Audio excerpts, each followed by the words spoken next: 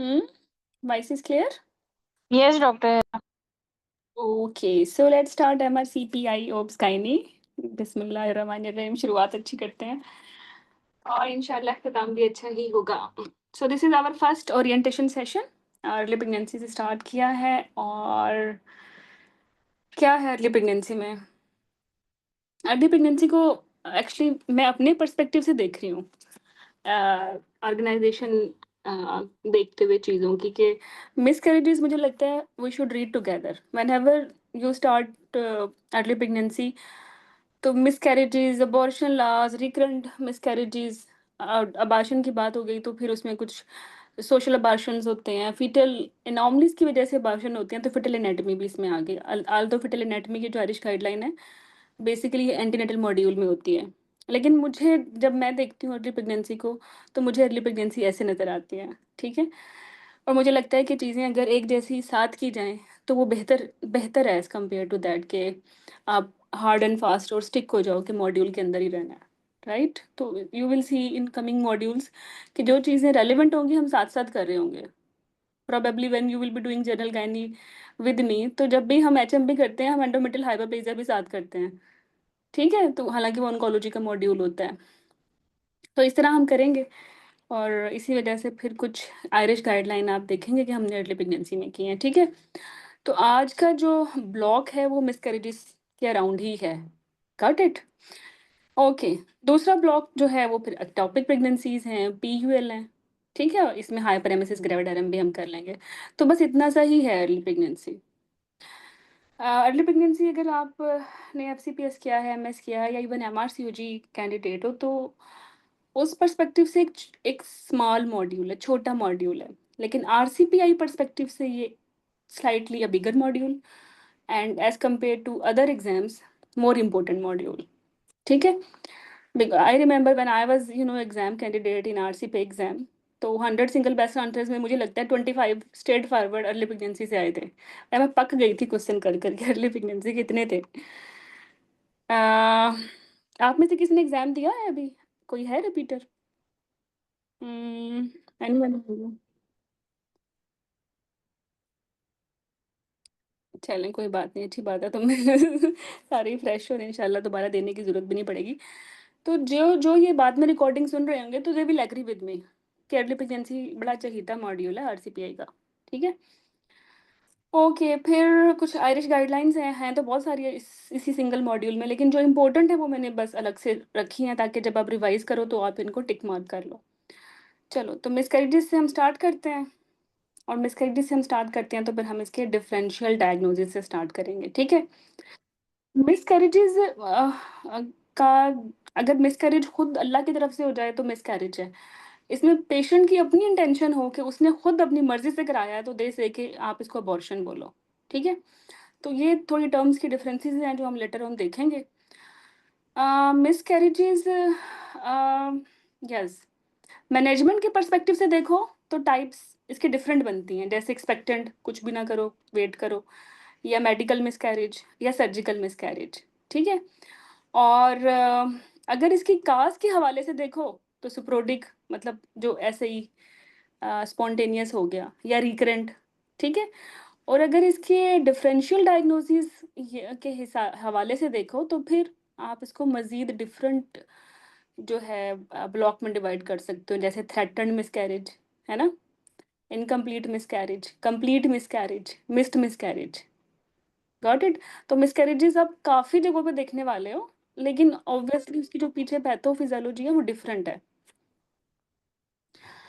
Threatened miscarriage को हम कैसे बयान करते हैं? इसमें जो यूट्रस का साइज़ होता है वो बिल्कुल ठीक होता है।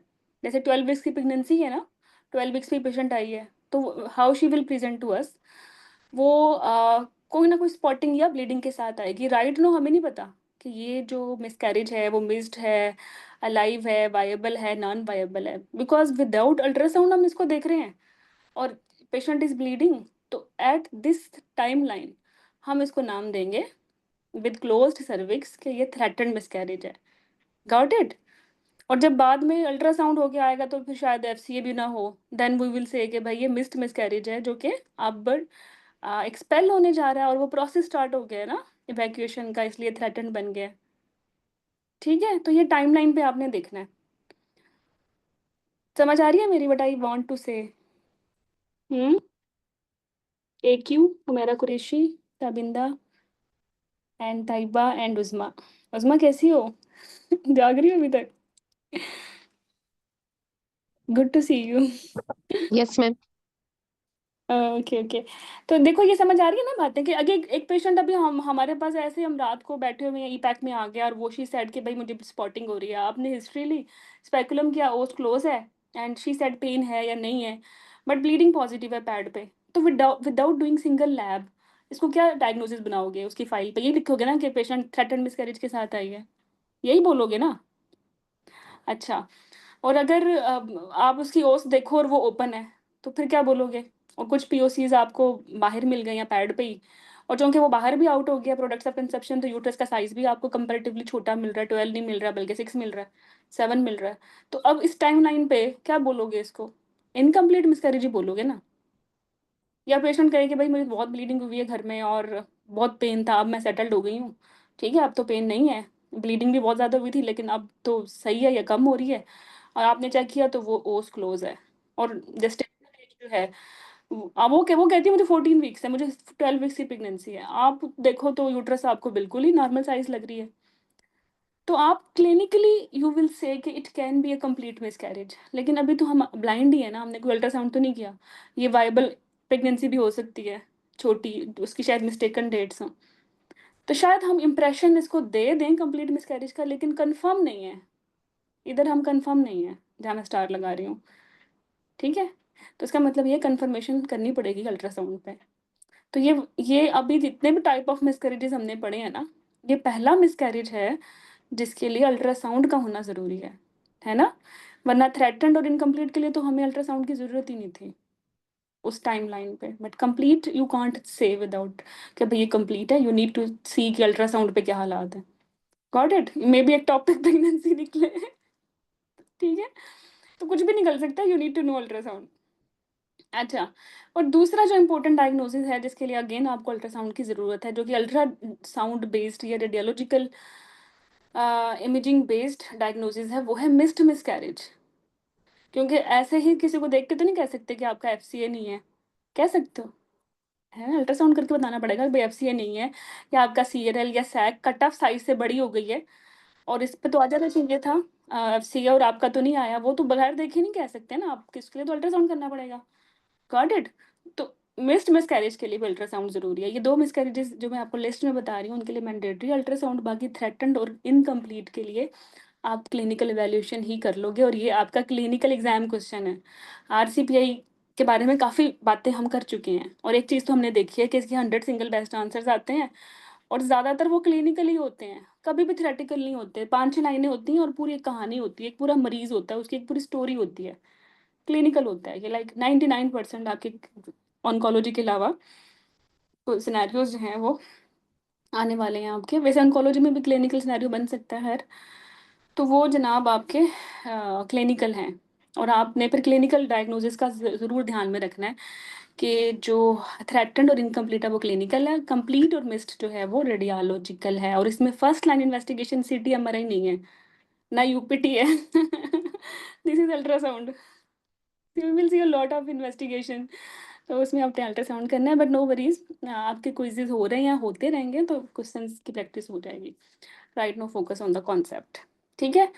तो ये भी पॉसिबल है मिस्ड मिसकैरेज वाली को ब्लीडिंग ना हो, मिस्ड मिसकैरेज वाली को पेन भी ना हो, मिस्ड मिसकैरेज वाली की ओस भी क्लोज हो। फिर वैसे पता कैसे चलेगा मिस्ड मिसकैरेज है? लाइक वो उसकी ओस भी क्लोज है, ब्लीडिंग उसको हुई या नहीं हुई, पेन उसको हुआ या नहीं हुआ। How you will come to know वैसे बाय द वे कि this is a missed miscarriage? चलो बताओ। Bye ultrasound. अल्ट्रासाउंड तो तब करोगे ना जब शक पड़ेगा कि मिस्ड मिसकैरेज है, वरना तो हर एक का तो नहीं आप अल्ट्रासाउंड करते। हर पेशेंट का यूजुअली बुकिंग क्या 6 weeks? Complain of brownish discharge या इस तरह की कंप्लेन के साथ आती है। नहीं, नॉट एट ऑल, कुछ भी नहीं होगा उसको। एक स्ट्राइकिंग फीचर होगा उसका, और वो होगा प्रेगनेंसी के सिम्टम्स एब्सेंट हो जाएंगे। पहले नाजिया वोमिटिंग थी, अब नहीं है। That is the most important. बेटा एससीजी डेड हो गया ना, प्लेसेंटा ही डेड हो गया। अच्छा, अभी उसको जैसे कल मिसकैरेज हुआ है ना, आज या कल परसों या इस हफ्ते उसको उसको एब्सेंट हो जाएँगे सिम्पटम्स प्रेगनेंसी के, और दूसरे या तीसरे हफ्ते प्रोसेस शुरू होगा पेन का, ब्लीडिंग का, स्पॉटिंग का। ऐसा ही होता है अगर देखे हो ना मरीज़। ठीक है? एकदम से यूट्रस नहीं कहती चलो भई एफसीओ नेगेटिव है बाहर निकालो उसको। इट टेक्स टाइम, 1 और 2 वीक्स लग जाते हैं, इवन 3 वीक्स लग जाते हैं अबॉर्शन प्रोसेस स्टार्ट होते-होते मिसकैरेज में। तो अगर आप उसको पोस्ट 3 वीक्स देखोगे तो वो पेन के साथ आएगी ना। अगर आप उसको उस टाइमलाइन पे देख रहे हो जिसका 2 दिन बिफोर मिसकैरेज हुआ है, आपको तो कोई आपके फरिश्तों को तो नहीं पता चलेगा ना कि भई इसको मिसकैरेज है।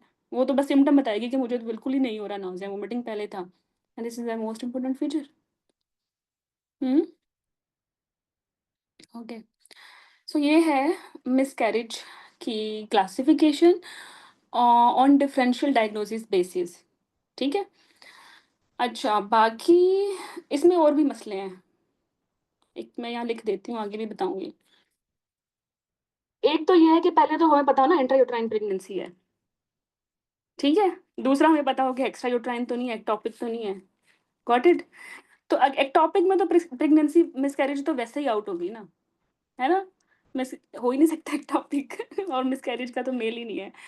तो इंट्रायूटेराइन प्रेगनेंसी में हम देखेंगे कि मिसकैरेजेस की टर्म ही इस्तेमाल हो रही हैं। They can be threatened, they can be incomplete, they can be complete, they can be missed.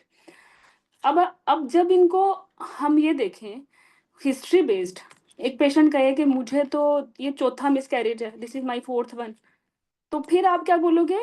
Basically this is a recurrent miscarriages. अब इसमें एक चीज और भी ऐड होगी, रिकरेंट मिसकैरेज, जो कि अभी इस टाइमलाइन पे चूंकि ब्लीडिंग है तो थ्रेटन्ड है। इस टाइमलाइन पे चूंकि हाफ पीओसीज आउट हो गए हैं, हाफ अंदर पड़े हैं, तो ये इनकम्प्लीट है ये बेसिकली। काज को देखो, पैटर्न को देखो तो रिकरेंट है, और इस टाइमलाइन पे जब हमारे पास आई है पेन के साथ, ठीक है, तो ये थ्रेटन्ड है पेन और ब्लीडिंग के साथ। मे बी हम स्कैन करें और मिस्ड हो, जैसे एक पेशेंट को एपीएलएस हुआ है, एपीएलएस वाली रिकरेंट प्रेगनेंसीज के साथ मिसकैरेज के साथ यूजुअली आती है, और वो बोलती है मेरा ये थर्ड मिसकैरेज है और मुझे जो है ना मेरा स्कैन कर दो। स्कैन पे हमने चेक किया, मेरा स्कैन ना भी करो, बच्चों के थर्ड मिसकैरेजेस हैं तो वैसे ही हाई रिस्क है, स्कैन तो हमने करना ही करना। हमने स्कैन किया और एफसीए नहीं है, तो हम क्या डायग्नोसिस बोलेंगे इसका? कि केस ऑफ रिकरेंट मिसकैरेज और नो मिस्ड मिसकैरेज। एफसीए नहीं है क्योंकि सैक इसकी 30 की है, 30 पे एफसीए आ जाना चाहिए, तो ये डायग्नोसिस बन गया मिसकैरेज का। ठीक है, तो दो कॉम्बिनेशंस में भी तो हो सकता है ना, कि पहले ये रिकरेंट था, अब now it become missed miscarriage, और मे बी सुबह उसको ब्लीडिंग स्टार्ट हो जाए, और जब आप राउंड कर रहे हो तो शी सेड कि मुझे तो बहुत ब्लीडिंग हुई है अभी और पेन है। आपको पैड देखो, पैड पे आपको फीटस ही नज़र आ जाए और प्लेसेंटा भी अंदर है, तो फिर क्या बोलोगे इसको? कल आई थी तो रिकरेंट मिसकैरेज, इनकम्प्लीट। स्कैन किया तो मिस्ड बन गया, और अब जब पैड देख रहे हो तो क्या बन गया? इनकम्प्लीट। इनकम्प्लीट। तो ये चीज़ें एग्जिस्ट भी तो कर सकती है ना, आपस में मिल भी सकती हैं। ये तो नहीं है कि जो रिकरेंट है वो मिस्ड नहीं होगा, जो मिस्ड है वो इनकम्प्लीट नहीं होगा। Got it? अच्छा, फिर आगे आपका मैनेजमेंट प्लान क्या है? You can think about expectant, कि भाई इसको एक्सपेक्टेंट मिसकैरेज की मैनेजमेंट करो, you can think medical miscarriage की करो, यू कैन थिंक नहीं सर्जिकल करो। तो मे बी कल रिकरेंट मिसकैरेज था, स्कैन के बाद मिस्ड बना, सुबह राउंड के वक्त इनकम्प्लीट था, और मैनेजमेंट इसकी सर्जिकल मिसकैरेज की हुई क्योंकि ब्लीडिंग ज़्यादा है। See, every type of miscarriage is, combined in that single scenario. Now you will be clear कि कैसे हम मिसकैरेज को देखेंगे। समझ आई? डॉक्टर इसको डायग्नोसिस में क्या कहेंगे? मिस कहेंगे या इनकम्प्लीट कहेंगे? जो पहला हमने डायग्नोज किया था वो तो मिस्ड हुआ ना। जब आई थी तो रिकरेंट था, ठीक है? चलो अभी सुनो, कहानी तो खत्म अभी नहीं हुई। स्कैन के बाद मिस्ड बन गया, लेकिन रिकरेंट मिस्ड बना ना, सप्रोडिक मिस्ड नहीं बना। सुबह राउंड पे ब्लीडिंग हो गई तो इनकम्प्लीट बन गया क्योंकि फीटस नजर आ रहा था पैड पे छोटा सा, और पीओसी अंदर पड़े थे, या पीओसी से बाहर पड़े थे और फीटस अंदर होगा, ओस ओपन है ना। ठीक है, और मैनेजमेंट आपने सर्जिकल मिसकैरेज की। चूंकि रिकरेंट मिसकैरेज है तो आपने हिस्टोपैथोलॉजी के लिए भिजवा दिया प्रोडक्ट्स, और उस पे आ गया unbalance translocation.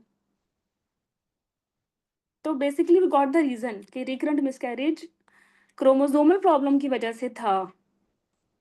Now now I think things are making sense. Hmm? या मेबी आपने वर्कअप कराया, एपीएलएस निकल आया और आपने रिकरेंट मिसकैरेज की काज़ भी ढूँढ ली कि ये एपीएलएस की वजह से था। तो कह रहे हुँ? हिस्टोपैथ में तो वो नहीं आएगा ना ट्रांसलोकेशन, वो तो कैरियोटाइपिंग पे आएगा। एक्चुअली इसको हिस्टोपैथोलॉजी को साइटोजेनेटिक एनालिसिस के लिए भेजेंगे तब आएगा। यू आर राइट, वैसे हिस्टोपैथोलॉजी पे हमें कैरियोटाइपिंग ऐड करेंगे तो मिलेगी, वरना तो नहीं मिलेगी। लेकिन हम हिस्टोपैथोलॉजी के लिए भेजेंगे और साथ में ये भी स्पेशल रिजल्ट लिखेंगे रिकरेंट मिसकैरेज है कि आप इसकी साइटोजेनेटिक एनालिसिस करें। और मतलब इसका वही है कैरियोटाइपिंग। लेकिन वो फिटल प्रोडक्ट्स पे देखेंगे, बच्चे के प्रोडक्ट्स पे देखेंगे, प्लेसेंटा क्या और बच्चे का। ठीक है? होगी कैरियोटाइपिंग, यू आर राइट। और वैसे हिस्टोपैथोलॉजी भी क्यों करवा रहे हैं फिर? हुँ? हम सेपोरोटिक मिसकैरेजेज़ में आयरिश लोग हिस्टोपैथोलॉजी नहीं कराते। ठीक है? हाँ, रिकरेंट मिसकैरेजेज़ में कराते हैं, याद रखना। अच्छा, चलो, हो गया ये। अभी तो कहानी शुरू हुई है ना, अभी तो हमें बस एक अ, स्नो स्टोरी बताई है। चलो। अच्छा, अच्छा इसकी कोई डॉक्टर, ज़रूरत। पूछना हुँ? था, मेन डायग्नोसिस लिखते हैं जैसे डिस्चार्ज समरी में भी होता है कि डायग्नोसिस क्या थी पेशेंट की, तो हम फिर क्या लिखेंगे? मिस लिखेंगे या आप इनकम्प्लीट वर्कअप के लिखेंगे, जिस क्या लिखेंगे? नो, नो, आप वर्कअप के जिस भी लाइन पे हो, आप वही लिखोगे।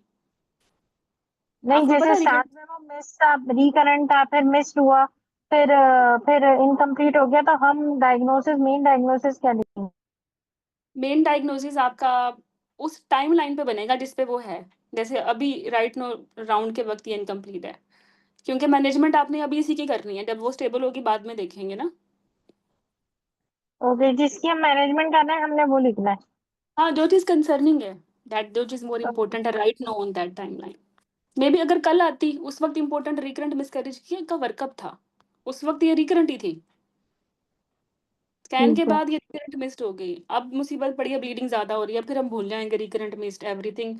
Now this is incomplete bleeding heavily and चलो भाई, ई-पैक से इसको भगाओ ओटी में और इसका करो सर्जिकल ईवीए।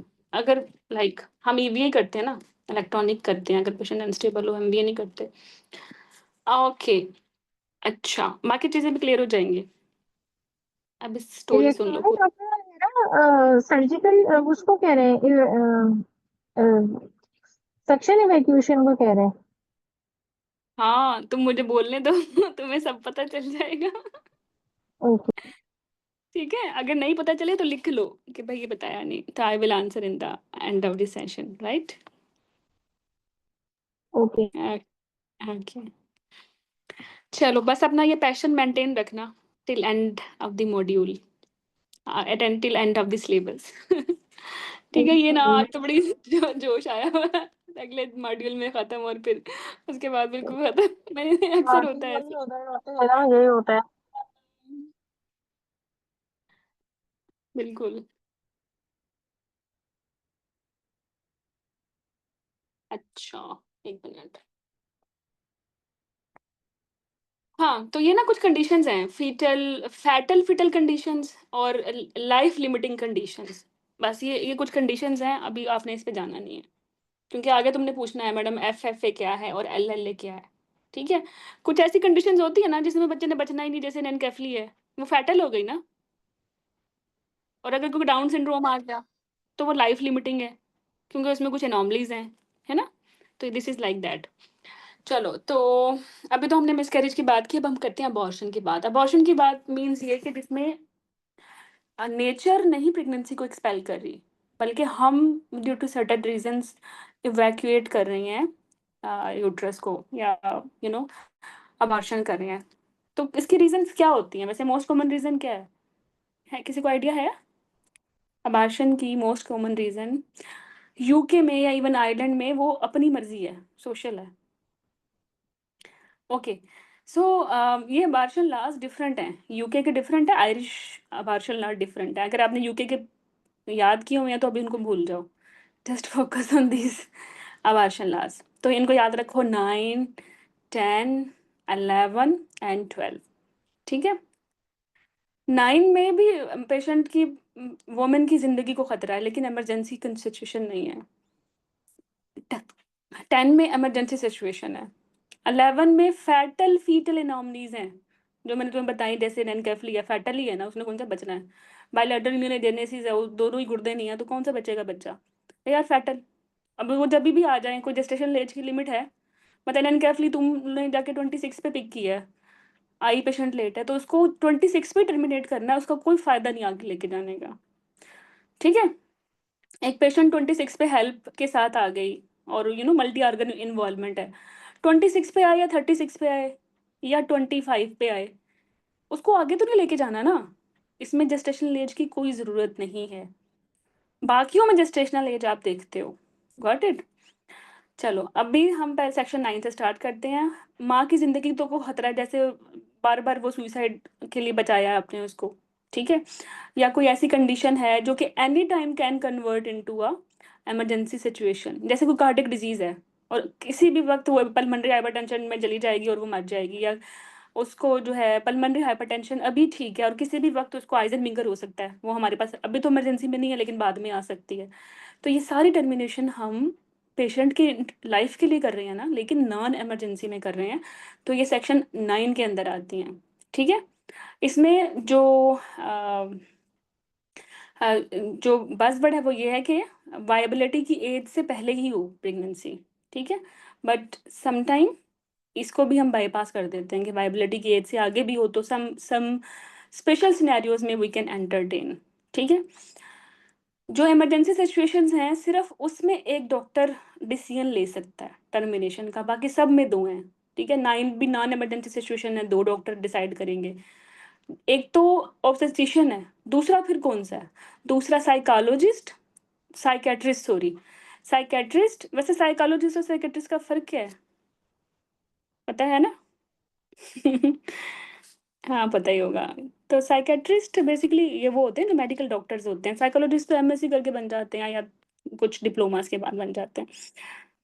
अच्छा, तो साइकियाट्रिस्ट हो, जैसे हमने सुसाइड के बारे में की वजह से डिस्कशन करनी है टर्मिनेशन की, कि प्रेगनेंसी में और डिप्रेशन हो जाती है बिकॉज़ ऑफ प्रोजेस्टेरोन, तो इसने फिर कोई कॉम्प्लिकेशंस ना हो, तो चलो इस बेस पे टर्मिनेशन पे प्लान करते हैं।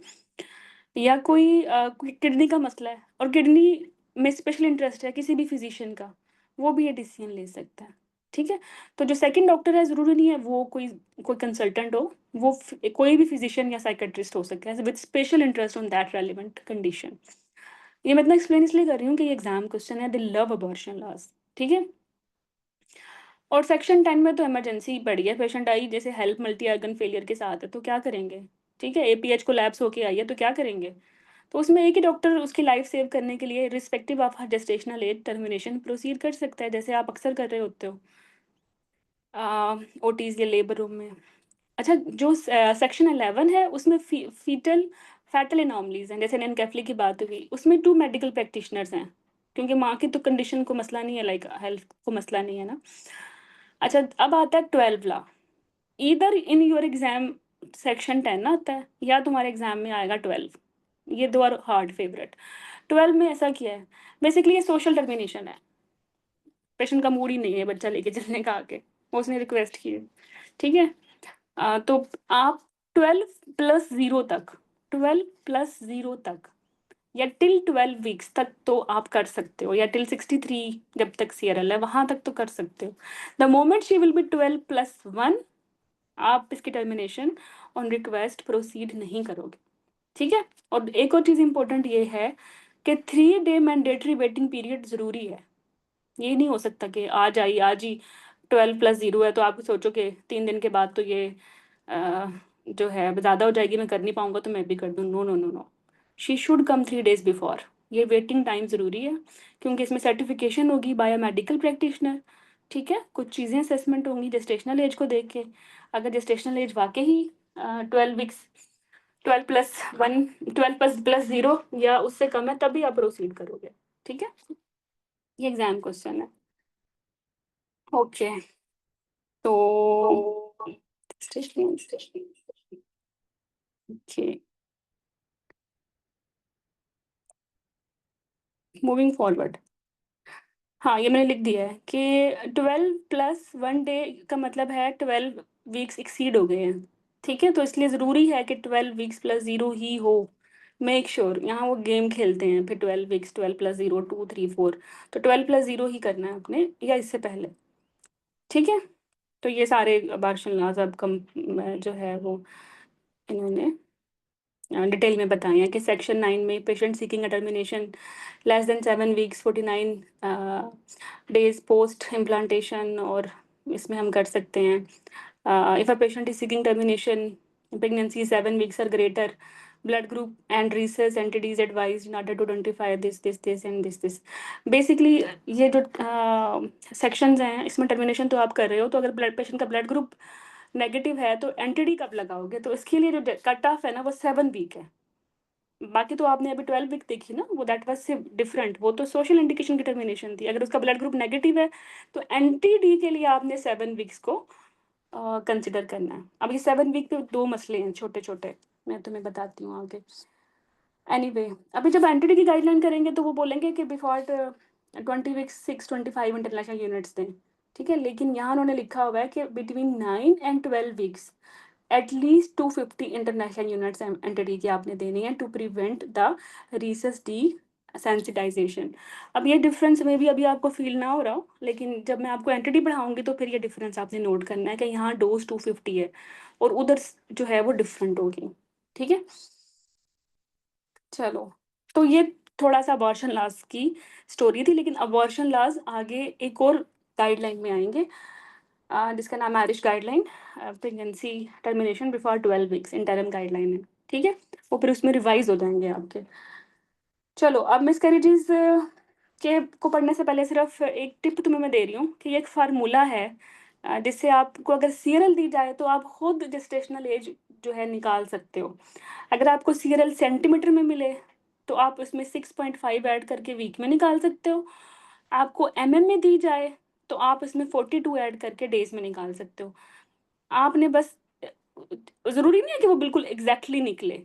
सम time in your exam you will see कि वो आपको सिर्फ सीरियल दे रहे होते हैं and you yourself need to know कि ये 7 वीक है या 12 वीक्स है। फंस जाते हो तो फंसोगे नहीं, आप गुड गैस कर सकते हो बाय यूजिंग दिस फार्मूला, ठीक है? ये एक्चुअली गूगल से निकाला था और ये इस गाइरिश गाइडलाइन में नहीं है, लेकिन एथिकली तो उनको देना ही नहीं चाहिए आपको फार्मूले वाली कोई चीज़, वो खुद ही दे देते हैं खुद सीरियल या वीक्स। लेकिन in in rare situation sometimes you will see कि नहीं भी देते तो आप खुद भी निकाल सकते हो कि ये 8 वीक्स ऐसे क्वांटिटी दे देते हैं और ये 12 प्लस 2 वीक बनती है या 13 वीक्स बनती है, तो इसकी टर्मिनेशन सोशल रीजन पे नहीं करनी। तो वहाँ ये तुम लोगों के काम आएगा, अभी तो तुम्हें काम नहीं आएगा ये, ठीक है? लेकिन जस्ट नोट इट डाउन। ये मैंने बता भी दिया कैसे निकाली है, ठीक है? जैसे अगर मैं सी 4 सेंटीमीटर दे रही हूँ सीआरएल तो ये 46 डेज बनते हैं, ठीक है? 6 प्लस 3 वीक्स नहीं 42 एमएम में दे रही हूँ, एमएम और सेंटीमीटर का भी ध्यान रखना, ठीक है? जैसे अगर मैं बोलूँ 25 एमएम तो इसका मतलब है 2.5 सेंटीमीटर। अच्छा, तो एक और आयरिश गाइडलाइन है, उस पूरी गाइडलाइन में जो करने वाली चीज़ है वो यही है कि जो जेस्टेशनल एज है, किस जेस्टेशनल एज पे बेसिकली कौन सा एनाटॉमिकल लैंडमार्क है। इस पे एक एग्जाम क्वेश्चन है, वो मैं बाद में बताऊंगी, लेकिन राइट नाउ सिर्फ तुम लोग इसको देख लो। 4 वीक्स पे क्या होता है, हमें जो सैग है ना वो 2 to 3 mm की नज़र आने लग जाती है। अगर इतनी सैग मिल रही है तो वी कैन इजीली से कि ये प्रेगनेंसी 4 वीक की है। अगर सैग 5 mm की है, ठीक है, तो वी विल से कि ये 5 वीक की प्रेगनेंसी है। अच्छा, ये ये 2 और 3 है, 2 और 3 के दरम्यान में 2.5 होता है ना, 2.5 का डबल हो गया 5, ठीक है? 5 का डबल हो गया 10, 10 का डबल हो गया 20, ठीक है? तो इस तरह से भी याद कर सकते हो अगर तुम लोगों को याद नहीं होता, लेकिन करना है ये याद कि 5 वीक्स पे 5 mm की सैक है, 4 वीक्स पे 2 या 3 mm की सैक है, ठीक है? और इसके बाद 6 वीक्स ऑनवर्ड आपको एम्ब्रियो मिल जाएगा 2 to 3 mm का। अब ये एम्ब्रियो आ गया है, ठीक है? और कार्डिक एक्टिविटी भी आपको मिल सकती है। 7 वीक पे सैक 20 की है, आपको हेड एंड ट्रंक आप डिफरेंशिएट कर सकते हो। 8th वीक पे सैग 25 mm की है, ठीक है। इसमें आप लिम्बर्स देख सकते हो, मिडगट हर्निएशन शुरू हो जाएगी, ठीक है। 9 वीक्स पे कोराइड प्लेक्सी, स्पाइन और लिम्स बन जाएंगे। 10 वीक्स पे 10 जैसे ये एक हालो सा ज़ीरो है, तो मतलब एक ज़ीरो लाइक सारे ऑर्गन्स बन जाएँगे, स्टोमक, ब्लैडर, ठीक है। कार्डियक भी एक ऑर्गन है, आप इमेजिन कर लो। 11 वीक्स पे जो गट आई थी हर्निएशन, 10 वीक पे जो शुरू हुई थी वो वापस जाने लग जाएगी, माइग्रेट होने लग जाएगी, रिटर्न बैक करेगी। तो ये लैंडमार्क्स हैं, और इसमें ये लैंडमार्क जो आप लोगों के लिए ज़रूरी है वो है 7 और 10 वीक, ठीक है। अभी आगे देखोगे कि 7-10 वीक ही स्पेसिफिकली मैंने क्यों बोला है। 7 एंड 10 वीक्स पे सैग का साइज क्या है, 7 पे 20 है ना, और 8 पे 25 है, ठीक है। चलो अब सैग की इंपॉर्टेंस हम आगे देखते हैं। ये तुम लोगों का थोड़ा सा रट्टा है, अब इस पे मैं क्या ही तुम लोगों को याद कराऊं। इस तरह से कोरिलेट कर लो, या 2-3 दफा याद करोगे तो हो जाएगा, बट याद करना है इसको। अच्छा, ये देखो अब, हमने कहा था कि लैंडमार्क्स हमने कोरिलेट किए थे, ठीक है। अब अगर एक पेशेंट अर्ली प्रेगनेंसी में हमारे पास आई, हमने उसकी टीवीएस की, एम्ब्रियो या सीआरएल एक ही बात है, वो मोर देन 7 mm है और अभी तक एफसीए नहीं आया, तो क्या बोलोगे इसको, मिसकैरेज बोलोगे या अननोन वायबिलिटी बोलोगे। यहाँ तुम लोग एग्जाम में तुम्हें 3 डिफरेंशियल दिए जाएंगे। एक तो तुम्हें दिया जाएगा कि यही पेशेंट नॉन वायबल प्रेगनेंसी के साथ आया है, या वो तो बोलेंगे कि ये अननोन लोकेशन का केस है, ओके, या ये मिसकैरेज का केस है। अब मुझे बताओ कि अगर एक पेशेंट जिसका आप टीवीएस कर रहे हो और उसकी सीआरएल मोर देन 7 mm है, एफसीए नहीं आया, what is this, non viable pregnancy, unknown location या मिसकैरेज। ये अभी रिसेंट एग्जाम क्वेश्चन भी है,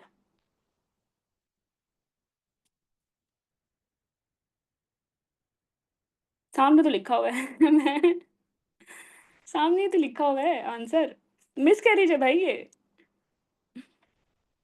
ठीक है। हाँ, अगर मैं बोलूँ कि 6 mm का सीआरएल है, 6 mm का सीआरएल है, तो फिर क्या होगा, फिर तो ये 7 से छोटा है ना, फिर ये नॉन वायबल है, या नॉन वायबल भी नहीं बोल सकते, सॉरी, नॉन वायबल भी रखो दरम्यान में, इसको बोलो अननोन वायबिलिटी, कि हमें नहीं पता इसका आउटकम क्या होगा। मे बी अभी तो नॉन वायबल है, इतनी अर्ली प्रेगनेंसी है, वायबल हो जाए लेटर ऑन, ठीक है। तो अगर ये पेशेंट जिसका टीवीएस हमने किया और 6 mm है, सीआरएल नहीं, एफसीए नहीं है, तो ये अननोन वायबिलिटी का केस है। और अगर ये 8 mm है सीआरएल, तो ये मिसकैरेज का केस है। एक और एक और पेशेंट देख रहे हो जिसकी एक सूडोसैक है, सूडोसैक मैं तुम्हें पढ़ाऊंगी एक टॉपिक में ना, ट्रू सैक, सूडोसैक। सूडोसैक है, सिंगल रिम है, वो भी उल्टा सा, ठीक है, इरेगुलर सा, एम्बेडेड भी नहीं है, और वो मोबाइल भी है, इसको सूडोसैक बोलते हो ना। तो फिर ये क्या है, दोबारा स्टोरी सुनो। आपके पास पेशेंट आई, आपने अल्ट्रासाउंड किया, उस पे सूडोसैक है, ठीक है, कोई सीरियल नहीं है, नथिंग, इंट्रायूट्राइन सूडोसैक है, एंड शी इज सेइंग कि मुझे तो पेन भी है। अब ये मिसकैरेज है, वो तो कहेगी चलो मुझे तो ब्लीडिंग भी है। अब मैंने तुम्हें ऊपर 4 डिफरेंशियल बताए थे, अब उसमें ऐड कर लो एक टॉपिक, तो ये है जनाब एक टॉपिक, क्योंकि सूडोसैक बनी हुई है, वो तो एक टॉपिक में होती है। अब आप कहोगे नहीं इंट्रायूट्राइन सैक तो है ना, भाई इंट्रायूट्राइन तो है, लेकिन ट्रू सैक थोड़ी है, पेन और ब्लीडिंग पे तो देखो। You getting my point, Nargis, Tabinda, Hina. Hmm, I give you multiple scenario. First scenario में पेशेंट 6 mm का सीआरएल था, आपने बोला अभी तो बहुत छोटी प्रेगनेंसी है, we don't know what will be the outcome, ये अननोन वायबिलिटी है। दूसरे सिनेरियो में 8 mm का सीआरएल था, उस पर तो कंफर्म हो गया अगर एफसीए नहीं है तो दिस इज अ मिसकैरेज। तीसरे में सूडोसैक है इंट्रायूट्राइन, बट पेन और ब्लीडिंग के साथ है, नाउ इट इज एक टॉपिक। फँसते हैं लोग अर्ली प्रेगनेंसी में आरसीपीआई में फँसते हैं क्योंकि इसके होते हैं questions clinical.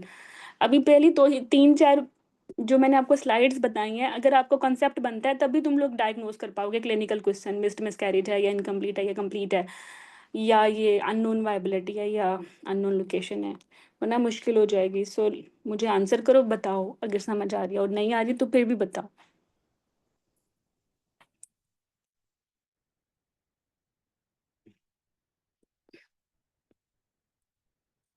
Why I can't hear you?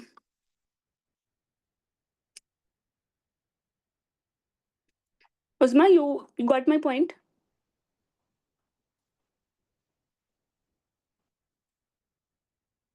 Got it. चलो एक को got it. बाकी लोग तो बोल दो, मैं दोबारा बढ़ाऊंगी। चलो तुम लोगों पे यही सजा है। हम्म। नहीं नहीं नहीं नहीं नहीं, got it, अच्छा अब सही हो गया। ओके, अगर तुम लोगों को नहीं समझ आया मुझे बताना। सूडो सैक एक टॉपिक में होती है, इंट्राटाइन प्रेगनेंसी में तो ट्रू सैक होगी ना। Actually pseudo sac is just endometrial reaction कि कहीं ना कहीं प्रेगनेंसी, कहीं ना कहीं हमारे बॉडी के अंदर प्रेगनेंसी है, चाहे वो एब्डोमिनल हो। एंडोमेट्रियम अपना रिएक्शन शो कर रही है। देखो एंडोमेट्रियम तो जाएगी ना एक साइक्लिकल चेंज के अंदर, वो तो रेडी बैठी थी इम्प्लांटेशन के लिए। डैशडुलाइजेशन तो उस बेचारी की हुई है, लेकिन वो अलग बात, इम्प्लांटेशन नहीं हुई। तो वो अपना रिएक्शन शो कर रही है। चलो सैग आएगी तो नहीं आ रही तो सूडो सैग ही बना दो। ऐसा भी नहीं है, सूडो सैग सिर्फ ब्लड प्लक्शन होती है एंडोमेट्रियल रिएक्शन की वजह से। अगर प्रेगनेंसी इंट्रायूटेराइन होती तो फिर ट्रू सैग होगी। ओके, जब हम टॉपिक प्रेगनेंसी करेंगे तो मैं दोबारा बता दूंगी सूडो सैग का, ठीक है। अच्छा तो बस ये कहानी थी, मैंने काफी टाइम लिया, sorry for this but it was very very important and time इसको देना था, टाइम, ठीक है, जरूरी था टाइम देना। Apology for this. Okay so we did कि अगर टीवीएस है तो ये लैंडमार्क्स हैं। टीवीएस पे आप याद कर लो 720, 720 याद रख लो। और अगर टीवीएस ना हो और ट्रांस एब्डोमिनल स्कैन हो तो फिर एक्चुअली टीवीएस सेंसिटिव ज्यादा है ना, तो छोटी मेजरमेंट भी हम पकड़ सकते हैं। ट्रांस एब्डोमिनल कम सेंसिटिव है, तो हमें अपना जो कट ऑफ है वो थोड़ा बड़ा करना पड़ेगा। 7 के आगे क्या आता है? 8, तो यहाँ 8 कर लेंगे। 20 के बाद 25 ही आ रहा था ना, पीछे हमने देखा था 21, 22, 23 तो कोई फिगर नहीं था, तो यहाँ 25 आ जाएगा। तो basically 825 is for trans abdominal. अगर सीआरएल 8 से ज़्यादा है और सैक 25 से ज़्यादा है, ठीक है, तो तब आप बोलोगे कि मिसकैरेज है। अगर उससे कम है और ट्रू सैक है तो आप बोलोगे अभी पता नहीं, pregnancy is too early, we don't know the viability, ये वायबल होगी या नहीं होगी, तो right know it at this time line ये नॉन वायबल है।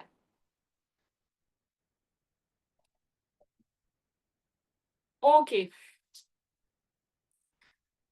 चलो तो CRL 7-8 नो एफसी है, और सैक में उन्होंने नहीं बोला नो एफसी, उन्होंने बोला नो CRL या योक सैक, ठीक है, ये भी ध्यान में रखना, यहाँ एफसीए नहीं है, यहाँ नो एम्ब्रियो या योक सैक है।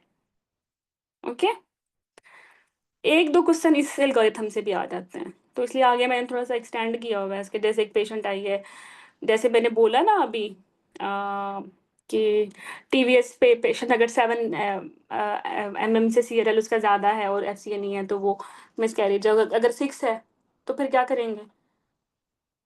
बेटा 3 वीक से बाद कराएंगे, स्कैन आफ्टर 2 वीक कराएंगे, स्कैन आफ्टर 3 वीक्स कराएंगे, या स्कैन आफ्टर 7 to 10 days कराएंगे? तो आफ्टर स्कैन, 7 to 10।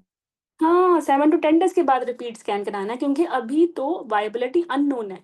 जब भी वायबिलिटी अननोन होगी you have to repeat scan after 7 to 10 days, ठीक है। It's not 2 weeks, it's not 3 weeks. और बेटा एसजी का कोई रोल नहीं है, लेकिन एक रोल है बेटा एसजी का, और वो ये है पुअर रिकॉल, क्योंकि आयरिश MRCPI तो पुअर रिकॉल से भरा हुआ है, ठीक है। इसमें आई don't no 100 single best answers भी लोग याद क्यों नहीं करते, वन लाइनर याद करते हैं। और आई एज्यूम के पेपर तो सही होता है, जब वो बाहर आते हैं तो एक ऑप्शन भूल चुके होते हैं, फिर बताते हैं कि बीटा एसजी था। तो बीटा एसजी एक्सक्लूजन की हम इसलिए बनाते हैं कि अगर वायबल प्रेगनेंसी है तो बीटा एसजी डबल हो जाता है, और अगर वायबल नहीं है तो फॉल करता है ना, फेलिंग प्रेगनेंसी हो जाती है। तो अगर स्कैन ना हो तो एक्सक्लूजन की कैन बी बेटर जी, but it's not ideal. Ideal you must know it should be scan, क्योंकि इंट्रायूट्राइन प्रेगनेंसी है ना। ठीक है।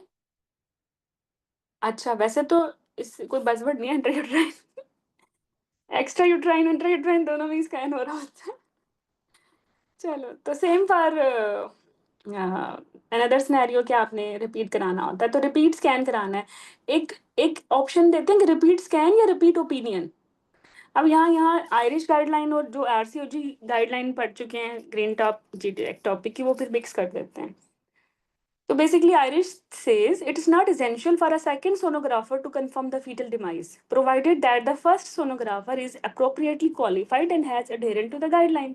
मतलब आप CRL, अगर मैं बात करूं TAS की, उसमें 8 था ना, CRL 9 आई हुई है TAS पे।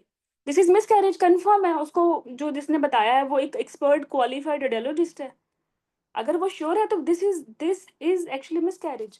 सेकेंड ओपिनियन लेने की जरूरत नहीं है, क्योंकि फर्स्ट सोनोग्राफर एप्रोप्रिएटली क्वालिफाइड है और उसको पता है कि ये वाकई ही है, डाउट नहीं है। ठीक है, क्योंकि इस तरह करने से आप पेशेंट को अननेसेसरी डिस्ट्रेस करोगे और लंबा उसको तंग करोगे ना। होएवर, अगर अगर पेशेंट साइकोलॉजिकली अपसेट है, उसको इस चीज से फैसिलिटेट थोड़ा हम कर सकते हैं टाइम देने के लिए, या आपको खुद ही डाउट है कि पता नहीं एफसीए है या नहीं है, तो बेहतर है फिर सेकंड ओपिनियन ले लो। ठीक है। अच्छा, अभी तो बड़े हमने कट ऑफ याद किए हैं, स्ट्रेट फॉरवर्ड 8 mm CRL, फट से हम बोल रहे हैं कि ये है ही miscarriage, it's not unknown viability. ठीक है। लेकिन कुछ सजेस्टिव मार्कर्स हैं जिसमें हम ठक फक से नहीं बोलते, हम हम अज्यूम करते हैं कि यार ये हो सकती है लेटर ऑन फेलियर प्रेगनेंसी। ठीक है, वो कौन से फीचर्स हैं जो हमें इशारा देंगे, कंफर्म नहीं करेंगे। कंफर्म तो हमें सीआरएल और सैक नहीं करना है, एट देयर लिमिट्स जो हम भी हमने देखी 720 और 825। ठीक है। ये इशारा जो दे रही हैं वो ये है कि fetal heart rate less than 85 है और 7 वीक क्रॉस हो चुके हैं, तो ये कम है। It's bradycardia at this gestational age. ठीक है। या डिस्क्रिपेंसी है सैक और एम्ब्रियो की, सैक इतनी बड़ी है, एम्ब्रियो छोटा सा है, और ये डिफरेंस जो है वो सैक और सीएरएल का 7.5 mm का है, तो इट्स आल्सो इम्पोर्टेंट। या यॉर्कसैक एबनॉर्मलिटीज हैं, इन लॉर्ज या abnormally shaped yolk sac is considered a poor prognostic sign. या हेमाटोमा बन गया है, बन भी जाते हैं हेमाटोमा और हम उसको फॉलो भी करें तो बच भी जाती है प्रेगनेंसी, समटाइम नहीं भी बचती, तो ये भी एक पुअर प्रिडिक्टर है अर्ली प्रेगनेंसी फेलियर का। या पेशेंट की एज 35 से ज़्यादा है विद दिस हेमाटोमा, या gestational age less than 8 weeks है, तो ये पुअर प्रिडिक्टर्स हैं। और गुड थिंग इज दैट के एग्जाम क्वेश्चन नहीं है ये। ठीक है। This is not exam question, पता नहीं ये स्लाइड क्यों आ गई इधर। ओके। बाकी this is just a good mind map कि हम कहाँ जाएंगे। अगर हमें इंट्रायूट्राइन प्रेगनेंसी नजर आ गई तो this is not unknown location, we know the location intrauterine है, this is not a topic. अगर आपको पता है नॉन लोकेशन इंट्रायूट्राइन सैक दे रहे हैं आपको, फिर वो बता रहे हैं कि सीआरएल छोटा है या बड़ा है, वो तो कहानी खत्म हो गई अननोन लोकेशन की, एक टॉपिक की, उसको भी गोली मारो। अब इधर आ जाओ इंट्रायूट्राइन प्रेगनेंसी में। इंट्रायूट्राइन प्रेगनेंसी में आपके पास जो टर्म्स इस्तेमाल होंगी वो ये हैं, अनसर्टन या अननोन वायबिलिटी की, या नोन वायबिलिटी की, या मिसकैरेज की, और कोई ऑप्शन नहीं है। 3 टर्म्स ही इस्तेमाल होती हैं, अननोन, नोन। ठीक है। अननोन को अनसर्टन भी बोलते हैं। ठीक है, नोन या मिसकैरेज। Got it. और इन मैक्सिमम सिचुएशंस में सेफ थिंग इज दैट के रीस्कैन करा लो 7 से 10 डेज के दौरान। अगर प्रेगनेंसी या सैक आपको इंट्रायूट्राइन नहीं मिल रही और कहीं भी नहीं मिल रही और यूपीटी पॉजिटिव है, तो this is pregnancy of unknown location, जिसको पीयूएल बोलते हैं, and they love PUL. I don't know why they love too much PUL. In my exam there were straightforward 5-10 questions from PUL. ठीक है। और मैं बोल कर रही थी अच्छे से रिवाइज करके नहीं गई थी, मेरे पे खुद पे गुस्सा आ रहा था मुझे। वो तो मैंने तुक्के से मारे, एटलीस्ट तुक्के से नहीं, थोड़ी कॉमन सेंस के से मैंने क्वेश्चन पिक किया तो फिर वो सही हुआ, वरना इसलिए मैं हमेशा जब लास्ट मिनट फोल्डर बनवाती हूँ अपने एमआरसी टाइप बैच का, तो उसमें जरूर पीयूएल का एल्गोरिथम रखती हूँ कि अगर कोई एल्गोरिथम तुम बोलो ना कि लास्ट मोमेंट पे रिवाइज करना चाहिए तो आई विल से कि पीयूएल करो। ठीक है। ओके। चलो, सो This is about early pregnancy miscarriage things, a lot of things we have done. ठीक है, अब हम करते हैं Irish guideline management of early pregnancy miscarriage. कुछ इसके जो हैं की प्रिंसिपल्स हैं कि अबार्शन के टर्म स्पॉन्टेनियस लॉसेस के लिए इस्तेमाल ना करो, वो अबार्शन लॉस के साथ इस्तेमाल करो। Ensure ultrasound based diagnosis, offer individual inform choice of conservative medical या सर्जिकल मैनेजमेंट, साइकोलॉजिकल सपोर्ट दें, एंटीडी व्हेन इंडिकेटेड, जिसका मतलब है 7 वीक के बाद आप दे दो। ठीक है, अच्छा फिर उन्होंने वही कट ऑफ बताए हैं जो भी हमने देखे। ठीक है, प्रेगनेंसी ऑफ अनसर्टेन वायबिलिटी आप बोलते हो जब टीवीएस पे सैक 20 या 20 से छोटी है विदाउट एनी सीआरएल और पोल, और अगर सीआरएल 7 या 7 से छोटा है विदाउट हार्ट बीट, तो इसको आप बोलोगे अनसर्टेन वायबिलिटी। ठीक है, अर्ली प्रेगनेंसी लॉस या मिसकैरेज कब बोलोगे, जब सैक 25 से बड़ी है ऑन टीएएस या सीआरएल जो है वो इसका सॉरी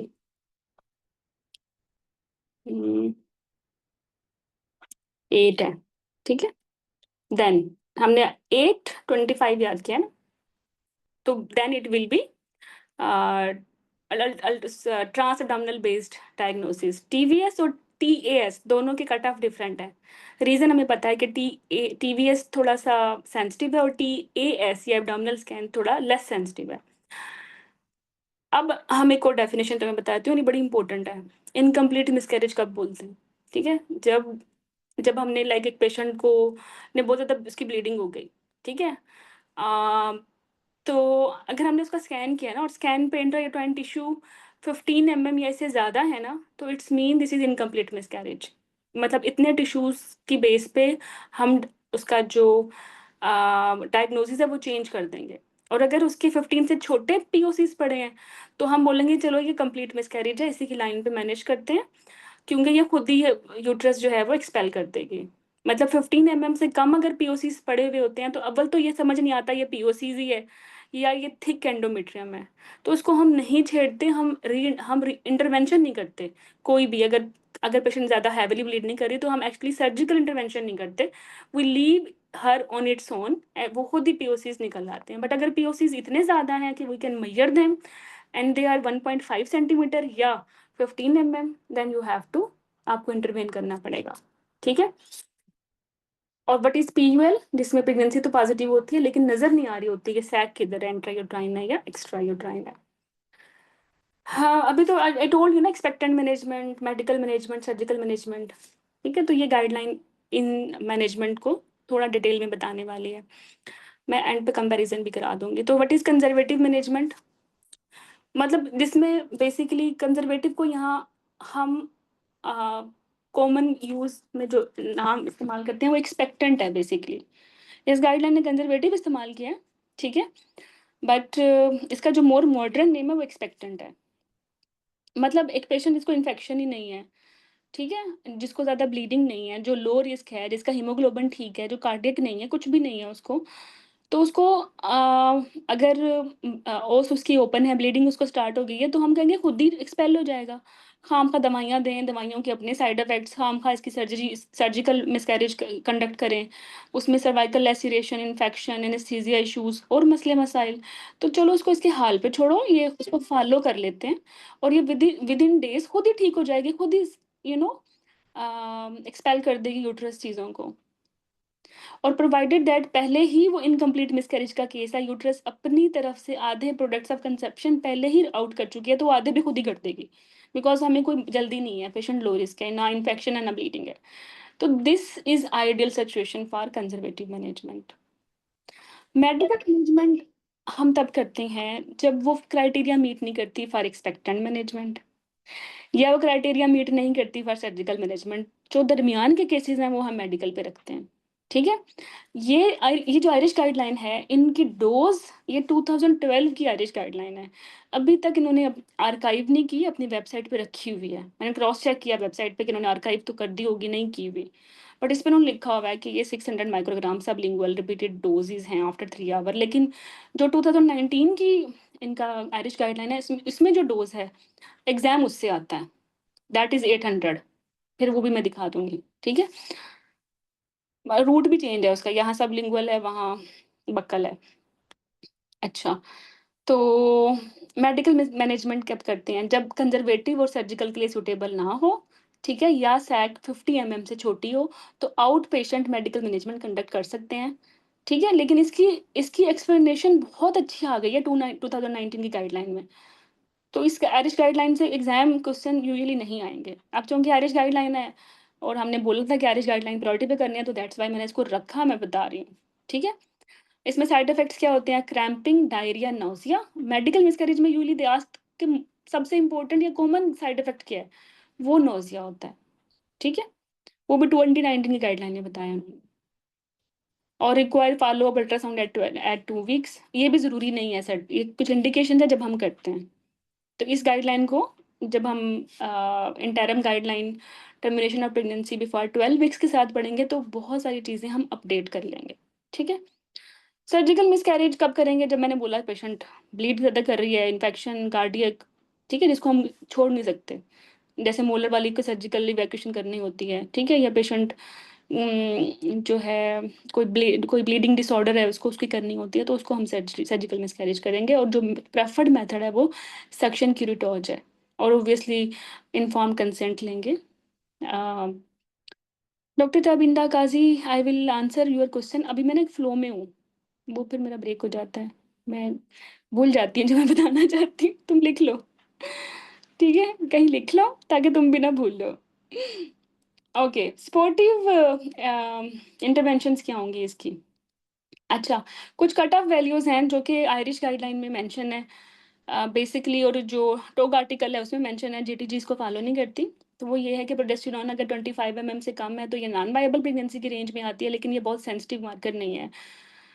बीटा एससीडी से ज़्यादा सेंसिटिव अच्छा मार्कर है, ठीक है। लेकिन still in Irish it's written, तो यू मस्ट नो कि किसी एग्जाम में पूछ लेते हैं प्रोजेस्टेरॉन की वैल्यू के साथ आपकी इंटरप्रिटेशन, तो वो ऐसे है कि 25 से कम है तो नॉन वायबल है, और 60 से ज़्यादा है तो लाइकली वायबल या ऑन गोइंग है। इसके दरमियान में है तो अनसर्टन है, ठीक है। अच्छा, इस गाइडलाइन में बोला होगा कि एंटिडी आप 12 वीक्स के बाद दें, जबकि जो लेटेस्ट गाइडलाइंस हैं उन्होंने 7 वीक कट ऑफ कर दिया। तो आई टोल्ड यू कि इस गाइडलाइन में थोड़े बहुत रुले हैं, तो कोई मसला नहीं है, लेकिन करनी है छोटी-छोटी बातें और डिफरेंसेस के साथ तो मैं बता दूँगी। अब मैंने सारे कंज़र्वेटिव मेडिकल और सर्जिकल कंपाइल कर दिए हैं, ये 2012 की अर्ली प्रेगनेंसी मिसकैरेज गाइडलाइन है, ठीक है? ओके, बाकी इन्होंने बोला है कि पेशेंट को का डायग्नोसिस कन्फर्म होना ज़रूरी है, कि वो पीयूएल का केस है या अननोन वायबिलिटी का केस है या वायबिलिटी का केस है। ऑप्शन सारी देनी है, कंज़र्वेटिव, मेडिकल, सर्जिकल, वो तो हम देते ही हैं। इंडिविजुअलाइज़ काउंसलिंग करनी है, ये भी ठीक है। मॉनिटरी रेज़ोल्यूशन, ये भी ठीक है। आरएस स्टेटस देखना है, ये भी ठीक है। और जीपी प्राइमरी केयर में आपने इसको डॉक्यूमेंट एंड शेयर करना है, ये भी ठीक है, ठीक है। बाकी अर्ली प्रेगनेंसी असेसमेंट ई-पैक में उसको आप जो है सीनियर ओप सपोर्ट लेनी है, और प्राइवेट रूम्स हैं, इमोशनल सपोर्ट और पीआईएल वगैरह, मतलब पेशेंट रिलेटेड इन्फॉर्मेशन उसको देनी है, जिस पे सब चीज़ें लिखी हुई होती हैं, ठीक है। ये रिकैप पॉइंट्स हैं जो कि तुम लोगों ने अभी मेरे साथ देखे हैं, तो एक दफ़ा खुद देख लो अब। बट इसमें कुछ चीज़ें हैं जो अपडेट करनी है, जैसे ये डोज़ अपडेट करेंगे, ठीक है। जैसे हम अपडेट करेंगे एनटीडी, ये 2 चीज़ें अपडेट करने वाली हैं, बाकी ये गाइडलाइन ठीक है। तो काफ़ी चीज़ें जो कि ठीक हैं, तो इसलिए ये गाइडलाइन आयरिश वेबसाइट पे अभी तक पड़ी हुई है, ठीक है। 2019 में क्या बोला है इन्होंने? इन्होंने तो बोला है ना कि RH negative require entity only if surgical loss more than 12 weeks. तो इन 2000 basically 19 they said for RH negative women who have a medical or surgical termination of pregnancy between 9 and 12 weeks, आपने उसको डोज 250 एंटिटी जरूर देनी है, और after 7 weeks you will consider, ठीक है। तो ये जेस्टेशनल एज के थोड़े बहुत इश्यूज हैं, ये अभी शायद तुम लोगों को फर्स्ट रीड में इतना तुम लोगों को बोदर ना करो, लेकिन आई हाँ, आई इंश्योर यू कि बहुत सारे क्वेश्चंस आने वाले हैं, तुम्हें पक जाएंगे, ठीक है। तो कुछ फ्लैश कार्ड्स बनाए थे, just remember this Irish guideline, छोड़ो अभी इसको।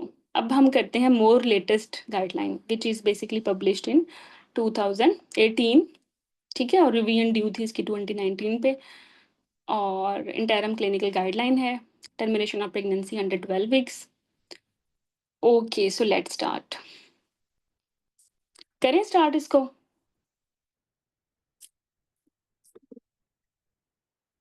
डॉक्टर ताबिंदा, आपका क्वेश्चन है तो आप पूछ लो, then we will start next guideline. Ma'am मुझे पूछना था कि कंजर्वेटिव मैनेजमेंट के लिए हम कब तक का टाइम होता है वेट करने का, कि कंजर्वेटिव मैनेजमेंट पे छोड़ना है पेशेंट को।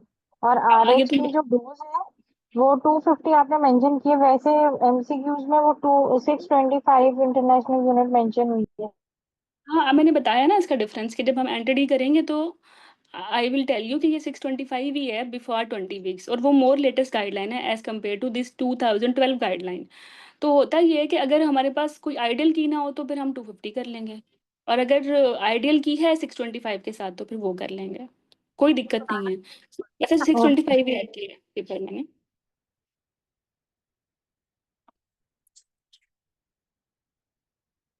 ओके, कंजर्वेटिव केयर कब करनी है ये भी आप खुद बताओगे, क्योंकि इस टॉपिक पे बड़ी अच्छी एक्सप्लेनेशन है जो गाइडलाइन अभी हम कर रहे हैं। ठीक है, कि बिफोर 7 वीक क्या करना है, 7 to 9 वीक क्या करना है, 9 से 12 वीक्स क्या करना है, और आफ्टर 12 वीक्स क्या करना है। तो लेट्स स्टार्ट।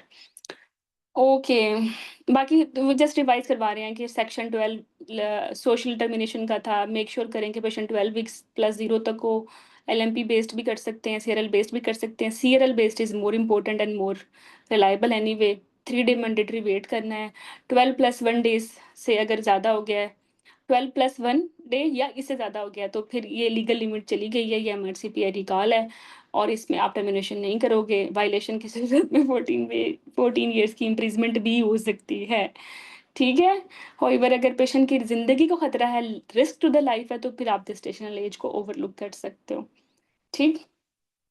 तो आपको कैसे पता चलेगा कि पेशेंट एक्सीड कर गई है 12 वीक से? तो सीआरएल 63 याद रखना है। समटाइम वो 12 वीक्स नहीं देते, 63 सीआरएल दे देते हैं। ठीक है। अच्छा, फिर दूसरा जो पॉइंट है इस गाइडलाइन का वो ये है कि एम टॉप बोलते हैं मेडिकल टर्मिनेशन को, और आगे आएगा एस टॉप, वो बोलते हैं सर्जिकल टर्मिनेशन को। तो अगर टर्मिनेशन मेडिकल मेथड से करें 9 वीक्स से बिफोर, उसको बोलते हैं अर्ली एम टॉप। ठीक है। और ये जो अर्ली एम टॉप है, ये सेफ एंड प्रेफर्ड मेथड है, कम्युनिटी असेसिबल है। इस पे इन्होंने बोला है कि माई ऑप्शंस एक लीफलेट है जो मैं तुम लोगों को दूंगी पढ़ने के लिए, वो देखना बड़ा अच्छा है। एक्चुअली 5-6 लीफलेट का कॉम्बिनेशन है। ज़रूरी नहीं है आपकी अ, इस मॉड्यूल के लिए, लेकिन अगर आप पढ़ लोगे तो वो बड़ा इजी पेशेंट की लैंग्वेज में लिखा हुआ है, तो आपके कंसेप्ट अच्छे बन जाएंगे। ठीक है। अच्छा, एनीवे आपने कैसे टर्मिनेशन स्टार्ट करनी है, एक तो सीरियल देख लो। ठीक है, कट लीगल कट ऑफ से ज़्यादा तो नहीं है, बिकॉज अगर ये ज़्यादा होगी तो फिर इश्यूज बन जाएंगे, मेडिकल लीगल केसेस वगैरह बन जाएंगे। तो ये बड़ा ज़रूरी है, स्पेसिफिकली सोशल इंडिकेशन में सीरियल देखना और जेस्टेशनल एज देखना। ठीक है। और अल्ट्रासाउंड रूटीन में नहीं करते, अल्ट्रासाउंड नॉट रिक्वायर्ड। अगर एलएमपी रिलायबल है, एक्टोपिक का रिस्क नहीं है, और जेस्टेशनल एज आपकी <<9 वीक है। कोई बार अगर जेस्टेशनल एज 9 से 12 वीक्स के दरमियान है, या पेशेंट का एक्टोपिक का रिस्क है, ठीक है, तो फिर अल्ट्रासाउंड रिक्वायर्ड है। और ये ना एग्जाम क्वेश्चन बन सकता है कि एक पेशेंट दे विल से कि पेशेंट की तो 7 वीक्स पे आई है, और she is sure of date, उसके साइकिल रेगुलर थे, आपने टर्मिनेशन करनी है सोशल रीजंस पे, she don't want to continue this pregnancy, तो इसके लिए आपने अल्ट्रासाउंड कराना है या नहीं कराना? तो ऑब्वियसली नहीं कराना, 7 वीक्स है, बिकॉज <<9 वीक है। फाइन। होएवर अगर मैं बोलूँ कि she is a smoker, she has been treated multiple time for PID, her age is <<25 and she is having pain bleeding, तो फिर तो ये रिस्क फैक्टर्स है ना टॉपिक के, फिर आप 7 वीक पे भी अल्ट्रासाउंड कराओगे, क्योंकि होगी एक topic, may be topic early topic हो, अभी सिम्टम नहीं थे तो आपने ओवरलुक किया स्कैन को, आप उसकी मिसकैरेज करके आपको तो लगेगा कंप्लीट भी हो गया, और बाद में वो 1 हफ्ते बाद रप्चर होके आएगी।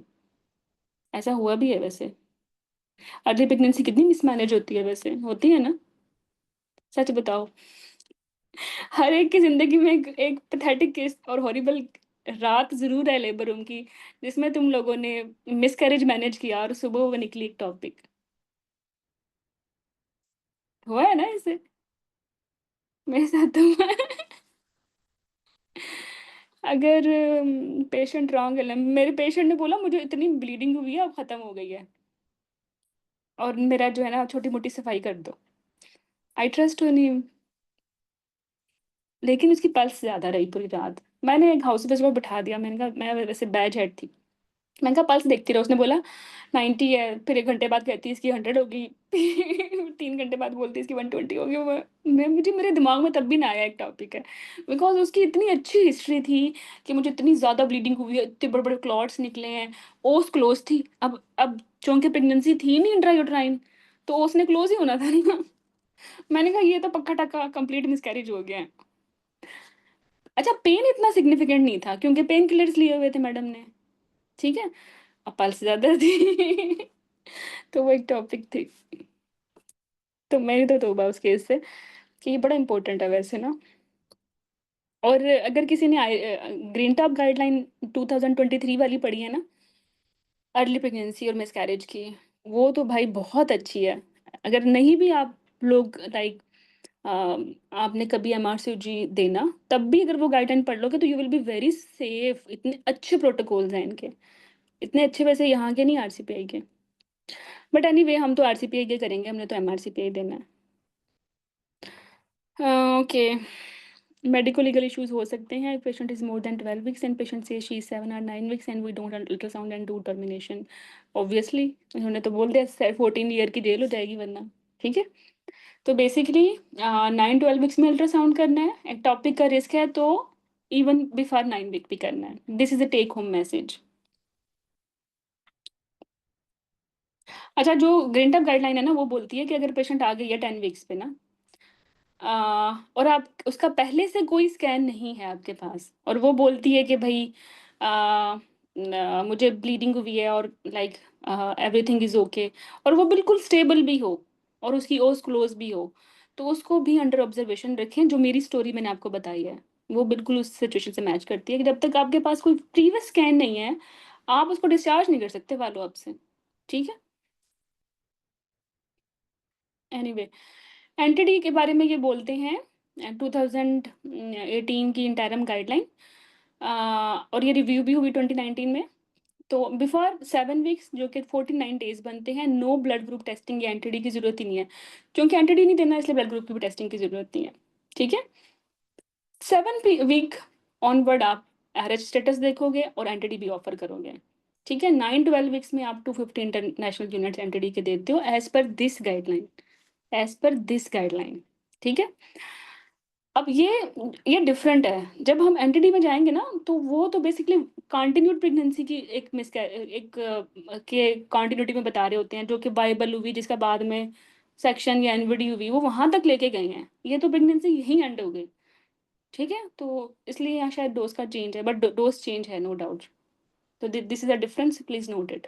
तो यहाँ ये इक्वल या मोर देन 250 है, 9 से 12 वीक्स के दरमियान।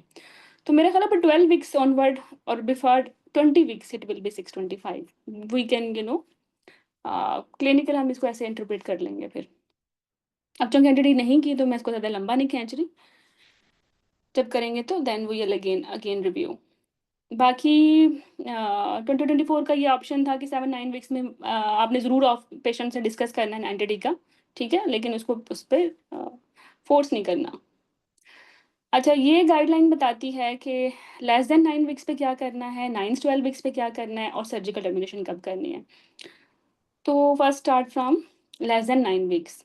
अभी आपने बोला था ना कि हम किसको देखेंगे, किसकी मेडिकल मैनेजमेंट करेंगे और किसकी हम एक्सपेक्टेंट करेंगे। तो एक्सपेक्टेंट का तो वी कम टू नो कि वो पेशेंट जिसका पहले से ही प्रोसेस स्टार्ट हो चुका है मिसकैरेज का, कि पेन स्टार्ट है, ओस ओपन है, ब्लीडिंग स्टार्ट हो चुकी है, और मतलब वो टर्मिनेशन का प्रोसेस स्टार्ट है और पेशेंट स्टेबल है, लो रिस्क है, तो हम उसको केयरफुली वॉच कर सकते हैं। इसको बोलते हैं एक्सपेक्टेंट, राइट?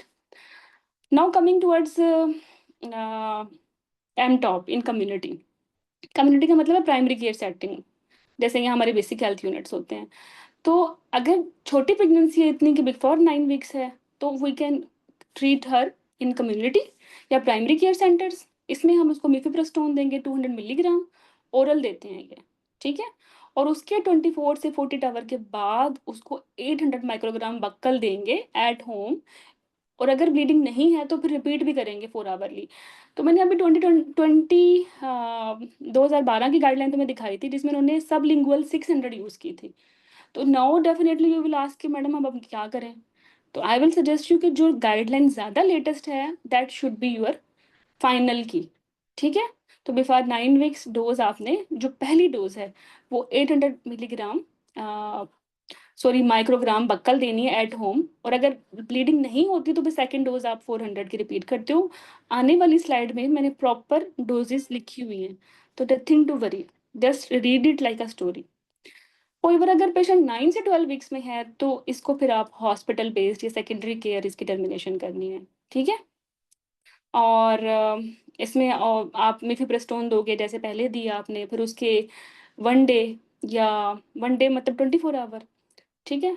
या टिल 2 डे लाइक 48 आवर, इस टाइम के बाद आप उसको माइसोप्रेस्टोल दोगे, और आप मल्टीपल डोसेज़ दोगे जो कि आगे मैं बताऊँगी, ठीक है? सेकेंडरी केयर में हम एमवीए भी कर सकते हैं without any GA and under paracervical block ना, लेकिन जनरल एनेस्थीसिया नहीं दे सकते। सर्जिकल टॉप यूजुअली 7 वीक से बिफोर नहीं करते, क्योंकि इतनी छोटी प्रेगनेंसी होती है वो सर्जिकल टॉप में मिस हो सकती है, ठीक है? यहाँ लिखा हुआ 9 वीक, तो 9 वीक से मुराद ये है कि 8 वीक्स पे ब्लीडिंग है तो दे सकते हैं। तो ये थोड़ा-सा आप इस पे ज़िद होते हो कि ये इन्होंने क्या लिखा हुआ है, आगे कहीं जाके लिखेंगे कि 7 वीक से पहले नहीं करनी फिर ये 9 वीक्स क्यों लिखा हुआ है? तो मुझे लगता है इनको ये कहना चाहिए कि 7 वीक के बाद क्या करना है, और टिल 9 लेस देन 9 वीक्स। तो ये बेहतर टर्मिनोलॉजी है कि after 7 and before 9 surgical top जो है वो रेयर की जाती है, ठीक है? 9 से 12 वीक के बाद हम इसको ज़रूर करते हैं, क्योंकि इसमें रिपीट इंटरवेंशन का रिस्क कम हो जाता है। लाइक अगर एक पेशेंट की प्रेगनेंसी 10 वीक्स की है, आप उसको सर्जिकल टॉप की ऑप्शन देते हो तो वो ज़्यादा सक्सेसफुल है। उसमें बार-बार आपको वो डोज़ रिपीट नहीं करनी पड़ती जो आप मेडिकल में करते हो। तो दिस इज़ लाइक दैट कि जितनी प्रेगनेंसी एडवांस होगी ना, उतना रिपीट डोज़ करने के चांसेस बढ़ जाएँगे, या फेलियर बढ़ जाएगा या डोज़ के साइड इफेक्ट्स बढ़ जाएँगे। तो that's why less than 7 week surgical top नहीं करनी, 7 से 9 वीक्स में कर सकते हो, लेकिन इसमें आप मेडिकल भी कर सकते हो। 9 के बाद अगर आपसे एक सिंगल वर्ड में पूछूँ कि what is the best way to manage miscarriage या terminate, that will be the surgical. Now revise करवा देती हूँ। बिफोर 9 वीक्स प्राइमरी केयर में इसको टर्मिनेट करना है। 9 से 12 वीक्स में सेकेंडरी केयर में टर्मिनेट करना है। टर्मिनेशन मेथड एक ही है दोनों का, ठीक है? 7 से पहले सर्जिकल नहीं करना और 9 के बाद सर्जिकल करना है। तो 7 और 9 के दरमियान सर्जिकल देखना है। लाइक अगर पेशेंट का मेडिकल किया, ब्लीडिंग ज़्यादा हुई तो कन्वर्ट कर दिया सर्जिकल में, ठीक है? ओके, अब इनको थोड़ा और डिटेल में कराती हूँ। अभी तो एक कंपैरिज़न किया है ना? चलो, अगर gestational age less than 9 weeks है, तो ये अर्ली मेडिकल टॉप बोलते हैं, अर्ली एमटॉप भी बोलते हैं। इसमें मिफेप्रिस्टोन दिया, उसके बाद क्या कहा उसको, उसने ले लिया इन द जीपी क्लिनिक, और घर जाने के लिए उसको दे दी मिसोप्रोस्टोल, ठीक है? Given misoprostol to take at home. और यहाँ क्या किया है हमने? हमने उसको कहा मिफेप्रिस्टोन ले ले एज़ एन आउट पेशेंट, और हमने उसको एडमिट किया है मिसोप्रोस्टोल देने के लिए इन हॉस्पिटल। तो ये फ़र्क है ना? बिफोर 9 वीक्स सारी मैनेजमेंट वो घर में कर सकती है। आपके पास आई है प्राइमरी केयर सेटअप में, आपने उसको समझा दिया अबाउट ड्रग्स, ठीक है? और मिफेप्रिस्टोन उसने ले ली क्लिनिक में और बाकी डोज़ेज़ घर ले गई, दैट्स इट। जब टर्मिनेशन का प्रोसेस शुरू हुआ तो मेबी आपके पास आ गई, मेबी वो घर में ही सारा एक्सपेल कर दे, अगर ब्लीडिंग ज़्यादा है तो फिर आपके पास आ जाए। तो ये सारा आपने उसको लीफलेट पे दे दिया, वो समझा दिया और उसको लिखा हुआ भी दे दिया और वो चली गई। MVA in primary care without general anaesthesia under paracervical block हम लगा सकते हैं, ठीक है? और एमवीए और ईवीए यूजुअली सेकेंडरी केयर में होगा, ठीक है? मतलब इट्स मीन लाइक दैट कि usually MVA, EVA secondary care में ही होता है, but if needed MVA without GA can be given in like this GP clinic, right? अच्छा, 9 से 12 वीक्स में चूँकि प्रेगनेंसी थोड़ी-सी ज़्यादा एडवांस हो चुकी है, कॉम्प्लिकेशंस हो सकती हैं, ब्लीडिंग ज़्यादा हो सकती है, तो इसलिए ये सेकेंडरी केयर में करनी है आपने ये termination, secondary care. This is exam question. Low risk patient less than 9 weeks कहाँ ट्रीट कर रहे हो? प्राइमरी केयर में, ठीक है? 9 से 12 वीक्स में कहाँ टर्मिनेट कर रहे हो? सेकेंडरी केयर में। सेकेंडरी केयर से मुराद ये है कि she receive mifepristone as an outpatient, ठीक है? और अब वो मिफिप्रोस्टोन के बेसिकली 24 आवर के बाद माइज़ोप्रोस्टोल लेनी थी ना, तो वो लेने के लिए हॉस्पिटल में आ गई। और हॉस्पिटल में हमारे पास अच्छा एनेस्थीसिया मौजूद है, जैसे एमवीए, ईवीए। अगर आपके एग्ज़ाम में एमवीए, ईवीए आ जाए एंड यू डोंट नो आपने प्राइमरी करना है या सेकेंडरी करना है, तो do secondary always. Okay? Now coming towards the other things, this method, okay, requires an active involvement of the woman, who should be informed of the following. The necessity to combine initial treatment of anti-progesterone medication, जो कि basically मिफिप्रोस्टोन है, ये कैसे कैसे लेनी है। अच्छा, ये भी एग्जाम क्वेश्चन है कि हाई सेंसिटिविटी यूपीटी करना है मेडिकल टॉप के बाद, या लो सेंसिटिविटी करना है, आप लोग पूछ रहे थे। This is low sensitivity urine में बेटा एसिडी टेस्ट या लो सेंसिटिविटी यूपीटी, ठीक है? बाकी इन्होंने बताया है कि इसका जो रूट है माइज़ोप्रोस्टोल का मोर इफ़ेक्टिव है अगर आप विजाइनल या बक्कल लेते हो देन ओरल रूट। और जो 2012 की गाइडलाइन थी उसमें वो सबलिंगुअल दे रहे थे, तो ये रूट के डिफरेंसेस तुम लोगों ने याद रखने हैं कि 2019 में ये विजाइनल या बक्कल है। बाकी साइड इफ़ेक्ट्स आगे मैं बताती हूँ। अच्छा, पेशेंट को अगर आपने पहली डोज़ दी और उससे टर्मिनेशन प्रोसेस स्टार्ट नहीं हुआ, तो सेकंड डोज़ आप आधी दोगे 400 माइक्रोग्राम, ठीक है? पहली डोज़ 200 मिलीग्राम मिफेप्रोस्टोन दी, उसके 24 आवर या 48 आवर के बाद उसको बुलाया, 800 माइक्रोग्राम माइज़ोप्रोस्टोल दी, बक्कल एडमिनिस्ट्रेशन, ठीक है? बिफोर 9 वीक्स है ना, तो घर में भी ले सकती है, और अगर 9 से 12 वीक्स होती तो फिर इन हॉस्पिटल लेती। तो पहली डोज़ 800 है और दूसरी डोज़ जो है वो 400 है, और बक्कल रूट है। ओके, बाकी सेकंड डोज़ तुम लोगों ने देख ली, एंटी-डी 7 वीक्स के बाद उसको डिस्कस करना है। और पेन मैनेजमेंट, इनिशियली आप आइबुप्रोफिन या पैरासिटामोल दे सकते हो, या पैरासिटामोल के साथ कोडीन लगा सकते हो। It's optional. दोबारा सुन लो, ये पेन मैनेजमेंट में वो पूछते हैं कि एम टॉप से पहले कैसे पेन मैनेजमेंट करोगे? वो कहे लाइक, अब कोई सर्जरी तो कर नहीं रहे कि पैरासिर्वाइकल ब्लॉक लगा दें या जीए दे दें, तो ओरल ही दे रहे हैं ना, तो क्या ओरल देंगे? इसमें हमारे पास या तो एनसेड है, आइबुप्रोफिन, या पीसीएम विद कोडीन कॉम्बिनेशन है, ठीक है? And it should be taken with the first dose of misoprostol. और बाद में फिर उसको जैसे-जैसे आप टर्मिनेशन साइकिल में डोज़ दोगे, पेन बढ़ता रहेगा, तो फिर आप भी उसको मोर पीरियोडिकली एवरी 6 आवर के बाद देते रहोगे पीसीएम। अगर पीसीएम से पेन ठीक नहीं हो रहा, ठीक है? तो फिर आप उसको कहोगे कि अब तो आप घर में वो उसको दे रहे थे ना दवाइयाँ, किट होती है बेसिकली, उस किट के अंदर एंटीबायोटिक्स होते हैं, पेन किलर्स होते हैं। आपने अपने सामने मिफेप्रोस्टोन दे दी है, लेकिन जो माइज़ोप्रोस्टोल है उसकी डोसेज़ होती हैं। ये पूरी kit patient before 9 weeks primary care provider से लेके घर जा सकती है। अब वो घर चली गई, उसको पेन हुआ, उसने पीसीएम खा ली, एनसेड खा ली, लेकिन उसको ज़्यादा पेन हुआ, तो फिर वो कहाँ जाएगी? सेकेंडरी केयर में जाएगी? नहीं, she should return to the primary care. This is exam question basically, ठीक है?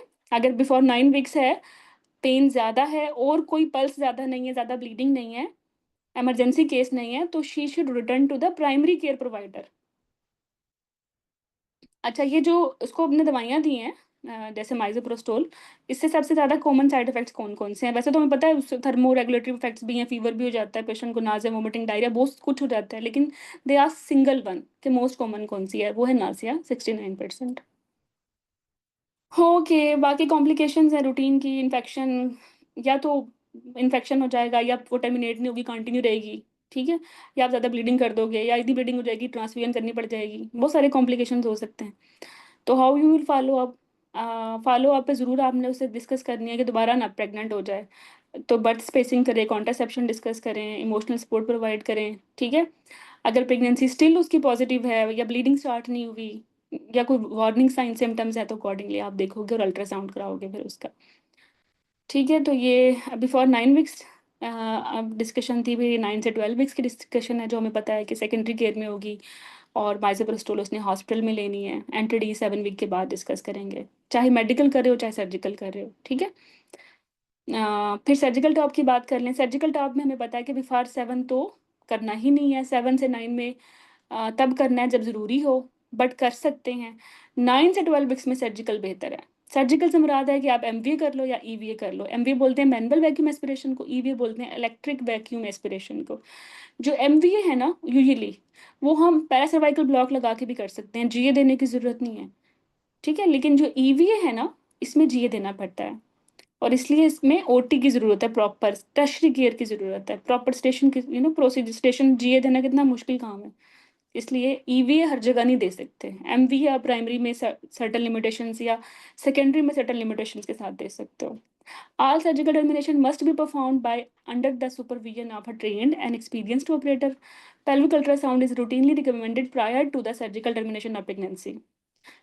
अब इस चीज़ को मिक्स नहीं करना मैं उसके साथ, मेडिकल के साथ। मेडिकल में तो हमने बोला था कि स्कैन नहीं कराएंगे बिफोर 9 वीक्स, लेकिन अगर आप सर्जिकल मिसकैरेज कर रहे हो तो फिर अल्ट्रासाउंड रिकमेंडेड है। Feel the difference. बाकी उन्होंने बोला कि एमबीए से पहले आप कौन से एनाल्जेसिक्स दे सकते हो। आप आइबुप्रोफेन दे सकते हो, या जो है, जो कि 60 टू 90 मिनट्स बिफोर प्रोसीजर दोगे। इसके अलावा ब्लॉक भी लगा सकते हो, पैरासाइकिल ब्लॉक इज यूजुअली एडमिनिस्ट्रेटेड। इसके अलावा राइपनिंग करोगे, राइपनिंग के लिए आप 4 घंटे बिफोर उसको 2 टैबलेट्स ब्रीक की या 400 माइक्रोग्राम जो है वो उसको विजाइनली रख दोगे, तो वो थोड़ी सी राइपन हो जाएगी और लैसरेशन वगैरह नहीं होंगी before MVA. So before MVA what you need to do, आप उसको एनसेड दे दो, आप उसकी राइपनिंग कर दो 4 घंटे पहले, ठीक है? आप पैरासर्वाइकल ब्लॉक लगा दो। आप जी की तरफ आते हो तो आप इनेशनल गैसेस एंटानॉक्स वगैरह पे आ जाओ, इंट्रावेनस सेडेशन दे दो, ठीक है? और एंटी दो ऑब्वियसली। इसके अलावा एमवे के भी कॉम्प्लिकेशंस हैं, क्योंकि हर सर्जिकल मिसकैरेज की कॉम्प्लिकेशंस में cervical problem, incomplete evacuation, perforation आ सकता है। अब perforation this is very unique complication, ये आपने एक्सपेक्टेंट और मेडिकल में नहीं देखी। You will see it in surgical. आगे सर्जिकल मॉड्यूल में यू विल सी के परफोरेशन को हैंडल कैसे करना है। अब परफोरेशन का एक टोग आर्टिकल भी है, और परफोरेशन की एक आयरिश गाइडलाइन भी है, जिसमें प्रेगनेंसी कॉम्प्लिकेशंस के साथ परफोरेशन को उन्होंने एड्रेस किया है। तो इन दोनों को कंपैरिजन फिर करके मैं ये पढ़ाऊंगी, क्योंकि ये बहुत इंपॉर्टेंट है फॉर योर एग्जाम। और डिफरेंट कीज बनती हैं इसकी किस में लेप्रो करनी है, किस में स्टेरो करनी है, किस में दोनों करनी है, किस में कुछ नहीं करना। और थोड़ा सा डिफरेंस है टोग के साथ, और वहीं से ये एग्जाम देते हैं। तो we will follow the Irish guideline here. अच्छा, बाकी कॉन्ट्राइंडिकेशंस क्या है एमवे की? वो ये है कि पेशेंट जो है decline to have procedure under sedation, उसको फुल एनेस्थीसिया चाहिए, या वो स्पेकुलम एग्जामिनेशन बर्दाश्त नहीं कर सकती, तो फिर आप क्या करोगे? एमबीए नहीं कर पाओगे, ठीक है? या उसको कॉम्प्लेक्स मेडिकल प्रॉब्लम्स हैं, उसमें तो फिर आप टर्शरी केयर में ही रेफर करोगे। सेकेंडरी केयर में तो कॉम्प्लेक्स साइनोटिक हार्ट डिजीज में तो कुछ भी नहीं करना, वो फिर उसको वैजोवेगल शॉक में चली जाएगी, वो लेने के देने पड़ेंगे। या ब्लीडिंग डिसऑर्डर्स हैं। तो एमवीए भी बेसिकली लो रिस्क पेशेंट में करना है, हाई रिस्क पेशेंट में करना ही ईवीए है। देखो वी डिसाइडेड के हाई रिस्क पेशेंट में एक्सपेक्टेंट नहीं करना, हाई रिस्क में मेडिकल नहीं करना, हाई रिस्क में हम सर्जिकल करेंगे। तो सर्जिकल में भी तो दो चॉइसेस है ना, एमवीए और ईवीए। तो हाई रिस्क में एमवीए भी नहीं करना, ठीक है? और वो हाई रिस्क क्या है? जिसकी ब्लीडिंग ज़्यादा है, ब्लीडिंग डिसऑर्डर्स हैं, जिसमें जो है कॉम्प्लेक्स साइनोटिक हार्ट डिजीजेज हैं, और भी ब्ला ब्ला ब्ला, कुछ भी हाई रिस्क सिचुएशन आ सकती है एग्जाम में। तो सोचना कि ईवीए करना उसका। अच्छा, अनदर एग्जाम क्वेश्चन, कि आपने पेशेंट की का टर्मिनेशन कर दी successfully, how you will confirm कि सक्सेसफुल टर्मिनेशन हो गई है? अब ये तो नहीं है कि आप उसको बुला बुला के देखते रहो बार बार, बेटे से जी, हर हफ्ते या हर 48 आवर के बाद। This is not like that. आपने उसको 2 हफ्ते बाद बुलाना है और उसका लो सेंसिटिविटी यूपीटी कराना है। इससे पहले नहीं बुलाना। इससे पहले तब बुलाना है जब उसके वार्निंग फीचर्स हों। अब वो वार्निंग फीचर्स क्या हो सकते हैं? वो सेप्टिक मिसकैरेज बन गई, वो कह रही मैं फीवर नहीं जा रहा, मुझे फाउल स्मेलिंग डिस्चार्ज हो रहा है उसमें, तो उसको अर्जेंट एंटीबायोटिक्स चाहिए, बुला लो उसको फौरन। या वो बोलेगी मुझे बहुत ब्लीडिंग हो रही है, मुझे वेसिकल पास हो रहे हैं, वो मोलर है जनाब, ठीक है? या वो बोले कि मुझे तो आपने लेस देन 9 वीक्स पे एम टॉप दी थी घर के लिए, और मैंने सारी डोजेस ले ली हैं, मुझे तो ब्लीडिंग स्टार्ट ही नहीं हुई, कुछ भी नहीं हो रहा मुझे तो। इसका मतलब है वो टर्मिनेशन स्टार्ट ही नहीं हुई, तब भी बुला लो। ठीक है? अच्छा, तो 2 वीक्स पे आ गई और 2 वीक्स से पहले तब आ गई जब वार्निंग फीचर्स थे, ठीक है? एनीवे अब अगर उसका यूपीटी नेगेटिव है, तब भी जान छूटी, ज़रूरत नहीं है अल्ट्रासाउंड करने की। लेकिन आपके पास आई, यूपीटी पॉज़िटिव है, आपके पास आई सिम्प्टोमेटिक है, आपके पास आई उसको फ़ीवर हुआ हुआ है, तो फिर तो अल्ट्रासाउंड कराना है ना। फिर ये एग्ज़ाम क्वेश्चन है, ये एग्ज़ाम क्वेश्चन है। वरना नहीं हर एक का पोस्ट एमटॉप आप अल्ट्रासाउंड करा रहे। Got it? कॉन्ट्राइंडिकेशन मिफेप्रोस्टोन की क्या होती है? एडिटल फेलियर, ठीक है? सवेरे अस्थमा, अ, और क्योंकि ये एंटागोनिस्ट है ना स्टेरॉइड का, सवेरे अस्थमा स्टेरॉइड पे कंट्रोल होता है। तो एक तरफ से एंटागोनिस्ट दो स्टेरॉइड का, दूसरी तरफ से स्टेरॉइड दो, तो फिर तो वो फ़र्क नहीं उसका होगा ना, इसलिए नहीं देना। एड्रेनल फेलियर, सेवियर अस्थमा, पोरफायरिया में कोई मिफेप्रोस्टोन नहीं देना। तो इसका मतलब ये है कि अगर किसी पेशेंट को सेवियर अस्थमा है which and she is on steroid, तो उसकी एमटॉप ही आउट हो गई। आपके पास एक ही ऑप्शन पड़ी है और वो है एसटॉप, ठीक है? माइज़ोप्रोस्टोल की कॉन्ट्राइंडिकेशन ये है कि उसे एलर्जी है, या एक टॉपिक में तो कौन देता है माइज़ोप्रोस्टोल? उसमें मीथो देंगे या ओपन करेंगे उसको, या ड्रग इंटरैक्शंस हैं, रिफेम्पिसिन, कीटोकोनाज़ोल, इसमें भी माइज़ोप्रोस्टोल अवॉइड करेंगे। रूटीन एसटीआई स्क्रीनिंग नहीं करानी, लेकिन अगर पेशेंट की एज 25 से कम है, पार्टनर नया है, सिम्प्टोमेटिक है, फिर आपने एसटीआई स्क्रीनिंग करानी है, ठीक है? मेडिकल एमटॉप से पहले ना तो रूटीन एसटीआई स्क्रीनिंग है और ना ही रूटीन कोई एंटीबायोटिक है, ठीक है? होइवर बिफोर सर्जिकल टॉप आप एंटीबायोटिक्स दोगे, और वो एंटीबायोटिक क्या है? टोक्सी 200 मिलीग्राम पर ओरल, या एजिथ्रो दोगे 500 मिलीग्राम पर ओरल, और प्रोसीजर से 2 घंटे पहले दोगे। प्री ऑप मतलब प्रोसीजर से 2 घंटे पहले डॉक्सी दोगे या इजिथ्रो दोगे, एग्जाम क्वेश्चन है, और एम टॉप में नहीं दे रहे, एस टॉप में दे रहे हैं। एम टॉप में कुछ नहीं करना, no antibiotic, no STI screening, until unless वो उसके हाई रिस्क फैक्टर्स आपको दें।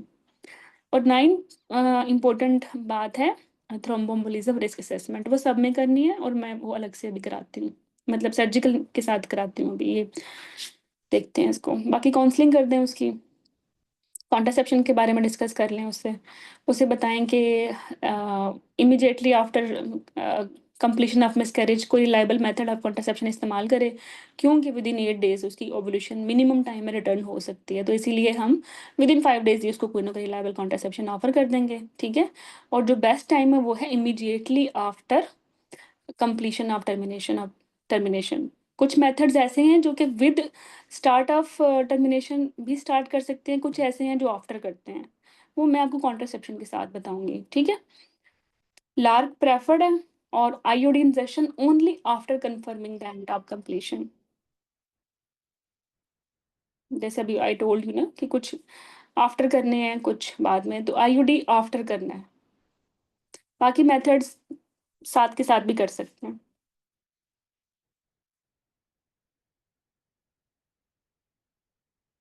बाकी कॉन्शियंटियस ऑब्जेक्शन मतलब किसी को रिलीजियसली पसंद नहीं है, जैसे I am a Muslim, I don't believe in abortion ना, my patient interested in social abortion, उसको, वो कॉलेज स्टूडेंट है, मिस्टेक अनअटेंडेड प्रेगनेंसी हो गई, पहले 10 बच्चे हैं, अभी अनअटेंडेड है, तो what I need to do, अगर वो you are working in Ireland और उसकी जेस्टेशनल एज 12 प्लस 0 या इससे कम है, आप नहीं करना चाहते, आप कहीं और भेज दो, जो कर सकता है, ठीक है? However, whatever is my belief, if I am working in Ireland, emergency cases में regardless of your belief, you have to save her life. जैसे वो आइजनबिंगर वाली पेशेंट पल्मोनरी हाइपरटेंशन है, आपके पास आ गई है ऑलमोस्ट कार्डियोजेनिक शॉक के साथ, और you have to terminate it as well, या पीपीसीएम पेरीपाटम कार्डियोमायोपैथी वाली आ गई है हार्ट फेलियर के साथ, you have to terminate, you have to save her life, ठीक है? या किसी का पेरीमोटम सेक्शन करना है, you have to save her life. Emergency में फिर आप व्हाटएवर इज योर बिलीफ, आप regardless of your belief you save, you have to save, नहीं करोगे तो सेव, तो फिर जेल जाओगे। fetal tissue disposal must inform women of disposable options, can decline involvement in decision, can decline, अच्छा मतलब इसमें ना वो ये बोलते हैं कि बेहतर ये है कि पेरेंट्स डिसाइड करें कि फिटल टिश्यू को कैसे डिस्पोज ऑफ करना है, वरना हॉस्पिटल भी कर सकता है, कोई मसला नहीं है। मैंने बोला था ना सारी टर्मिनेशन मैं साथ में बताऊंगी डोजेस, तो वो आ गई हैं अब मान लिया तुमने रट्टे, ठीक है। अब 7 वीक्स या 49 डेज तक आपने सिर्फ आयरलैंड पे फोकस करना है, बाकी यूएस यूरोप यूके को भूल जाओ।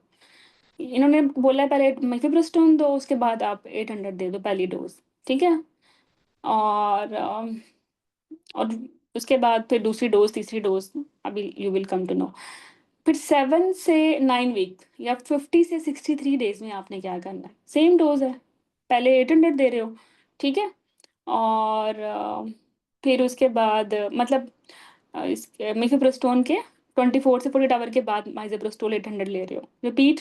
अगर 800 लेने के बाद प्रोसेस स्टार्ट नहीं हुआ तो रिपीट कर दो, 400 दोबारा दे दो, if no bleeding within 4 hour of taking first dose.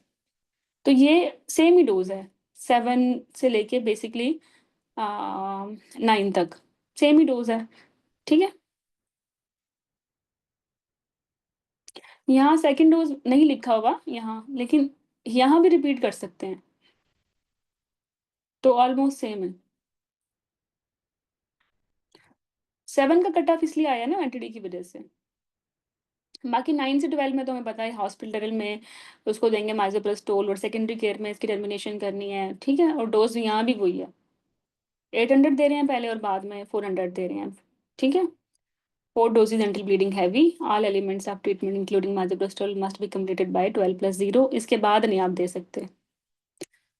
वैसे ये इस गाइडलाइन का पार्ट नहीं है ये वाला टेबल, लेकिन अभी तो हमने देखा कि 7 से 9 वीक्स पे कितनी डोज देनी है, फिर हमने देखा 7 से 12 पे कितनी डोज देनी है।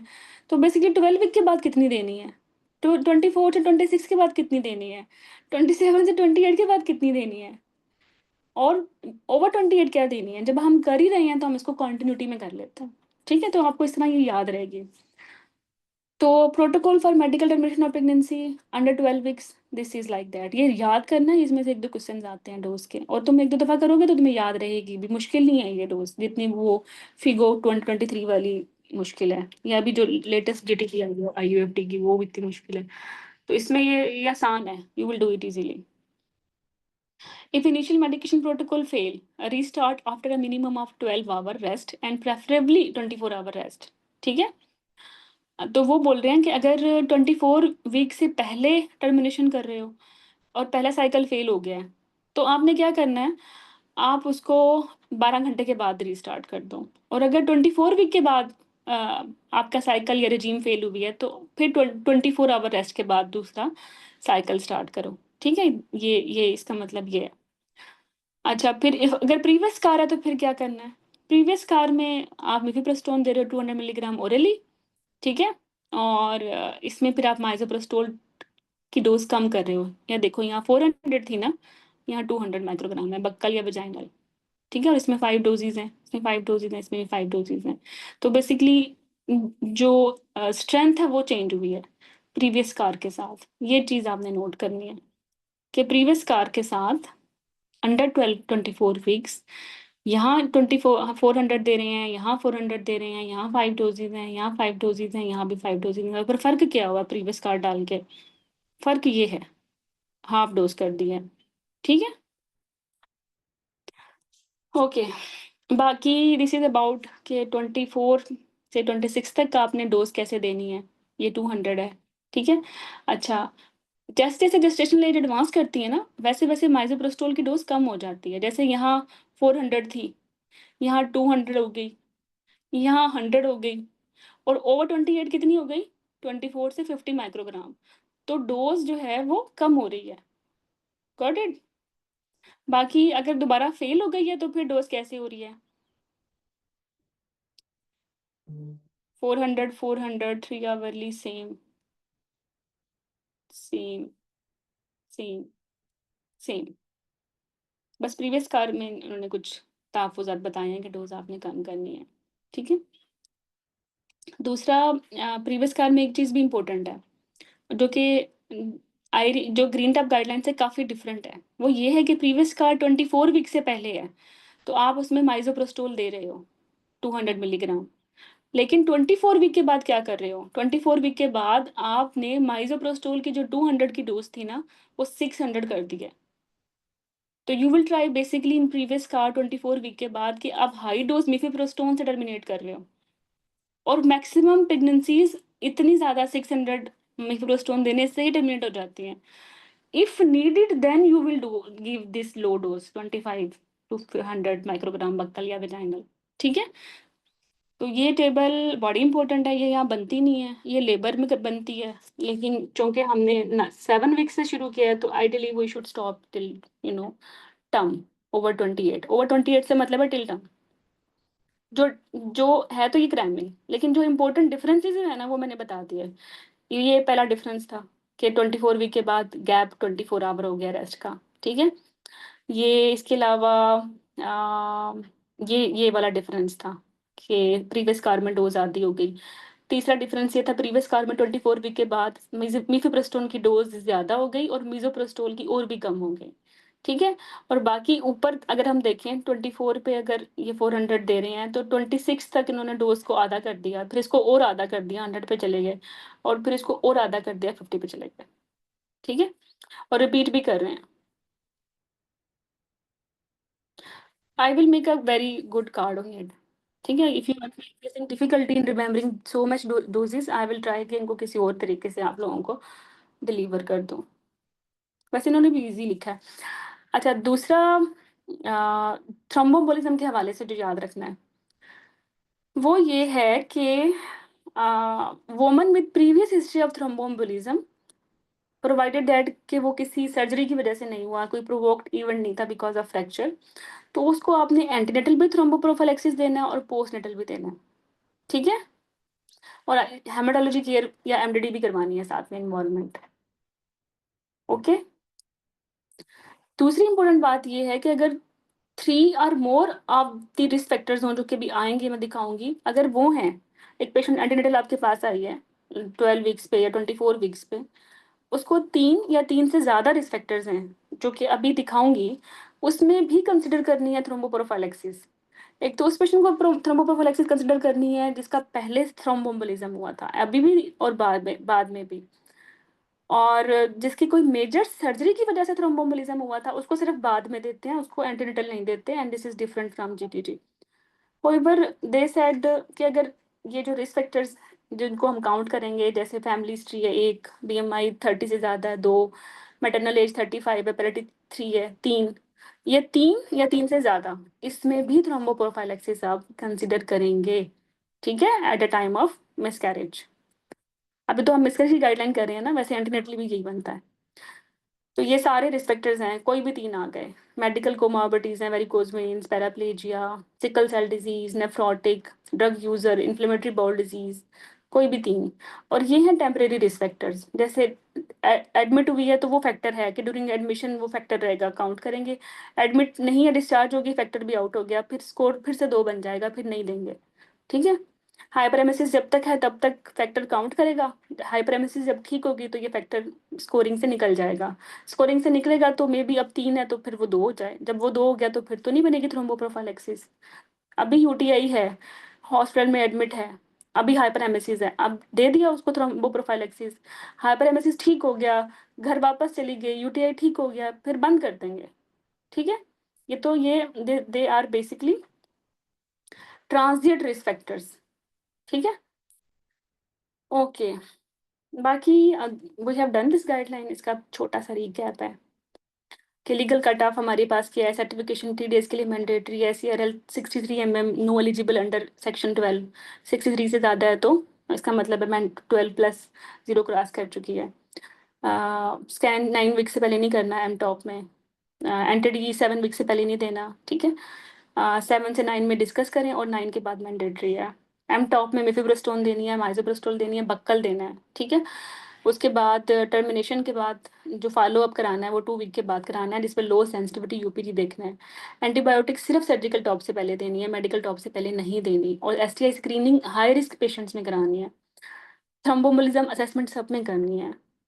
अगर आपको कोई प्रॉब्लम है टर्मिनेशन से तो रेफर कर दो, अगर इमरजेंसी है तो फिर भी आपको प्रॉब्लम आपका अपनी जगह आप फिर भी टर्मिनेट करो और काउंसलिंग करो पेशेंट की, और इमीडिएटली कॉन्ट्रासेप्शन विद या आफ्टर कंप्लीशन ऑफ टर्मिनेशन उसको डिस्कस करो, क्योंकि विद इन 8 डेज जो है एक्चुअली 8 डेज ऑनवर्ड उसकी ओवुलेशन स्टार्ट हो जाएगी। इसलिए आप पहले ही रिलायबल कॉन्ट्रासेप्शन, प्रेफरेबली लार्ग, उसे डिस्कस करो, मतलब long acting reversible method. Okay. और रूटीन स्कैन हम नहीं करते आफ्टर टर्मिनेशन अनलेस सिम्टम्स हो, जैसे ब्लीडिंग ज़्यादा हो गई, वेजिकल पास कर रही है, फीवर हो गया। Okay, so this is about miscarriages. लेकिन मिसकैरेजेस एंड नहीं हुआ। दो इम्पोर्टेंट आयरिश गाइडलाइन उन मिसकैरेज रह गई हैं, एक रिकरेंट मिसकैरेज की और दूसरा है कॉम्प्लिकेशंस की फॉलोइंग टर्मिनेशन। ठीक है, जैसे अगर बहुत ज़्यादा इन्फेक्शन है तो क्या करना है, ब्लीडिंग है तो क्या करना है, वो सारा। तो वो दोनों बहुत इंपॉर्टेंट हैं और रफली वो भी 1 आवर प्लस ले जाएंगे। So I think we will do it tomorrow. मैं भी आंसर देती हूँ, just hold on. Cycle start means mifepristone से स्टार्ट करना है अगेन, या जस्ट नहीं नहीं, मिफेप्रोस्टोन सिर्फ एक दफ़ा देना है, बाद में सिर्फ माइजोप्रोस्टोल रिपीट करते हैं। जैसे पहले एक दफ़ा दिया 800 और फिर बाद में 400। Any other question?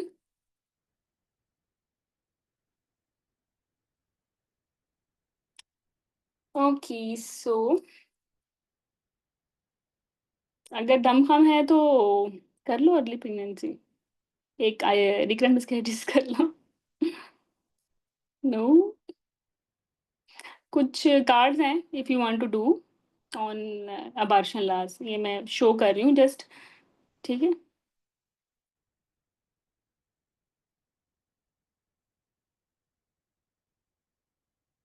9 weeks, 10 weeks मतलब इमरजेंसी है,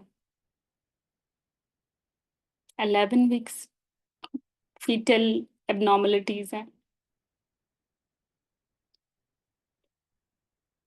फीटोसाइड टर्मिनेशन से पहले अगर आप करें तो जेस्टेशनल एज 21+6 इसके बाद है, लाइक 21+6 वीक के बाद अगर पेशेंट को कि आपने टर्मिनेशन करनी है टू सेव हर लाइफ, तो बच्चे को पेन परसेप्शन होती है, तो इसलिए बेहतर है कि पहले फीटोसाइड करो फिर आप टर्मिनेशन प्रोसेस स्टार्ट करो। तो ये याद रखना। ये 12 अबॉर्शन केरला, सोशल रीजंस।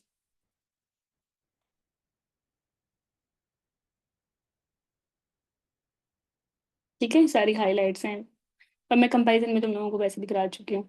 अच्छा, अबॉर्शन लाज में एक चीज़ याद रखना। एक पेशेंट है जो हमारे पास आई मेडिकल टर्मिनेशन के लिए सोशल रीज़न की वजह से, आ, और आपने आप उसकी जेस्टेशनल एज देखी CRL, वो 63 से कम है, या 12+0 है वो, तो आपने टर्मिनेशन स्टार्ट कर दी। अब टर्मिनेशन स्टार्ट हो गई है, टर्मिनेशन प्रोसेस स्टार्ट हो चुका है, ब्लीडिंग स्टार्ट हो चुकी है, ओस ओपन हो चुकी है और 12+B क्रॉस कर चुका है। तो फिर आप क्या बोलोगे कि भाई 12 वीक्स तो क्रॉस कर चुके हैं, तो इसकी इसकी जो इंडक्शन साइकिल है वो स्टॉप कर दो? No no no no. अगर टर्मिनेशन स्टार्ट हो चुकी है, प्रोसीजर स्टार्ट हो चुका है, कंप्लीट नहीं हुआ, तो फिर कंप्लीट करना है। This is legal. उसको आधा छोड़ नहीं देना इनकम्प्लीट मिसकैरेज के साथ। और आपने टर्मिनेशन स्टार्ट कर ली, लेकिन प्रोसेस ऑफ टर्मिनेशन स्टार्ट नहीं हुआ, पेन स्टार्ट नहीं हुई, ब्लीडिंग स्टार्ट नहीं हुई, then it is illegal to provide repeat course अगर वो 12 वीक्स क्रॉस कर चुकी है। Got it? डॉक्टर है ना, एक क्वेश्चन पूछना था। हम्म। अगर पेशेंट आई हमारे पास 12 वीक्स पे है और वो सर्टिफिकेशन के बाद 3 दिन का जो गैप लेते हैं, उसके बाद 12+3, फिर तो हम नहीं करेंगे ना उसकी termination? No, 3 days wait mandatory है, उसके बाद वो 12+0 या उससे कम हो। ओके। और एक और चीज, क्योंकि इन लोगों ने अल्ट्रा गाइडलाइन में मेंशन किया कि अल्ट्रासाउंड नहीं कराना है अगर एनएमपी श्योर है, तो अगर पेशेंट नाइन से हमें 12 वीक्स 9 से 12 वीक्स पे आप कराएंगे। बिफोर 9 वीक्स अगर LMP श्योर है, रेगुलर है, जो रेगुलर LMPs होती हैं उसमें श्योर होता है पेशेंट ना, तो आप ओमिट कर सकते हो। लेकिन नहीं, क्योंकि आप भी सोच लो, ये भी आप हो सोच रहे सकता हो है कि ना पेशेंट झूठ बोल रही है, पेशेंट झूठ बोल रही है, वो हाँ। बोले कि मैं 7 वीक्स की हूँ, इसका क्या है नतीजा? ये तो बड़ी अच्छी बात है। ये तो इतना इजी सा लूप होल है कि आराम से आप पकड़े जा सकते हो। लेकिन जो medical TOP because of this section है ना, इसमें मैंडेटरी है कि you must be sure about the gestational age, this is exception. हाँ, तो हमें अल्ट्रासाउंड कराना है कि नहीं कराना है, क्योंकि अब गाइडलाइन में है कि नहीं कराएं। नो नो नो, इस अबार्शन ला के लिए जरूरी है अल्ट्रासाउंड, बाकी जरूरी रूटीन है। एमटॉप में ओके। जरूरी नहीं है।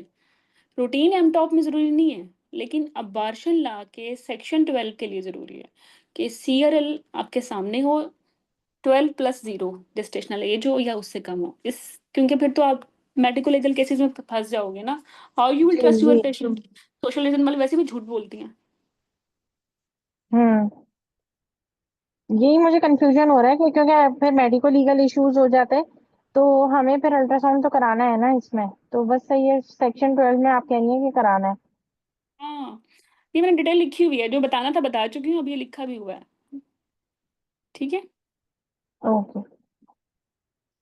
और डॉक्टर इधर एक चीज और बता दें कि वेबसाइट को कैसे यूज करना है, मतलब कि वेबसाइट जो अब आपने लेक्चर लिया है तो ये वेबसाइट पे आ जाएगा या हाँ, उसमें वेबसाइट स्टडी वेबसाइट मटेरियल भी होगा?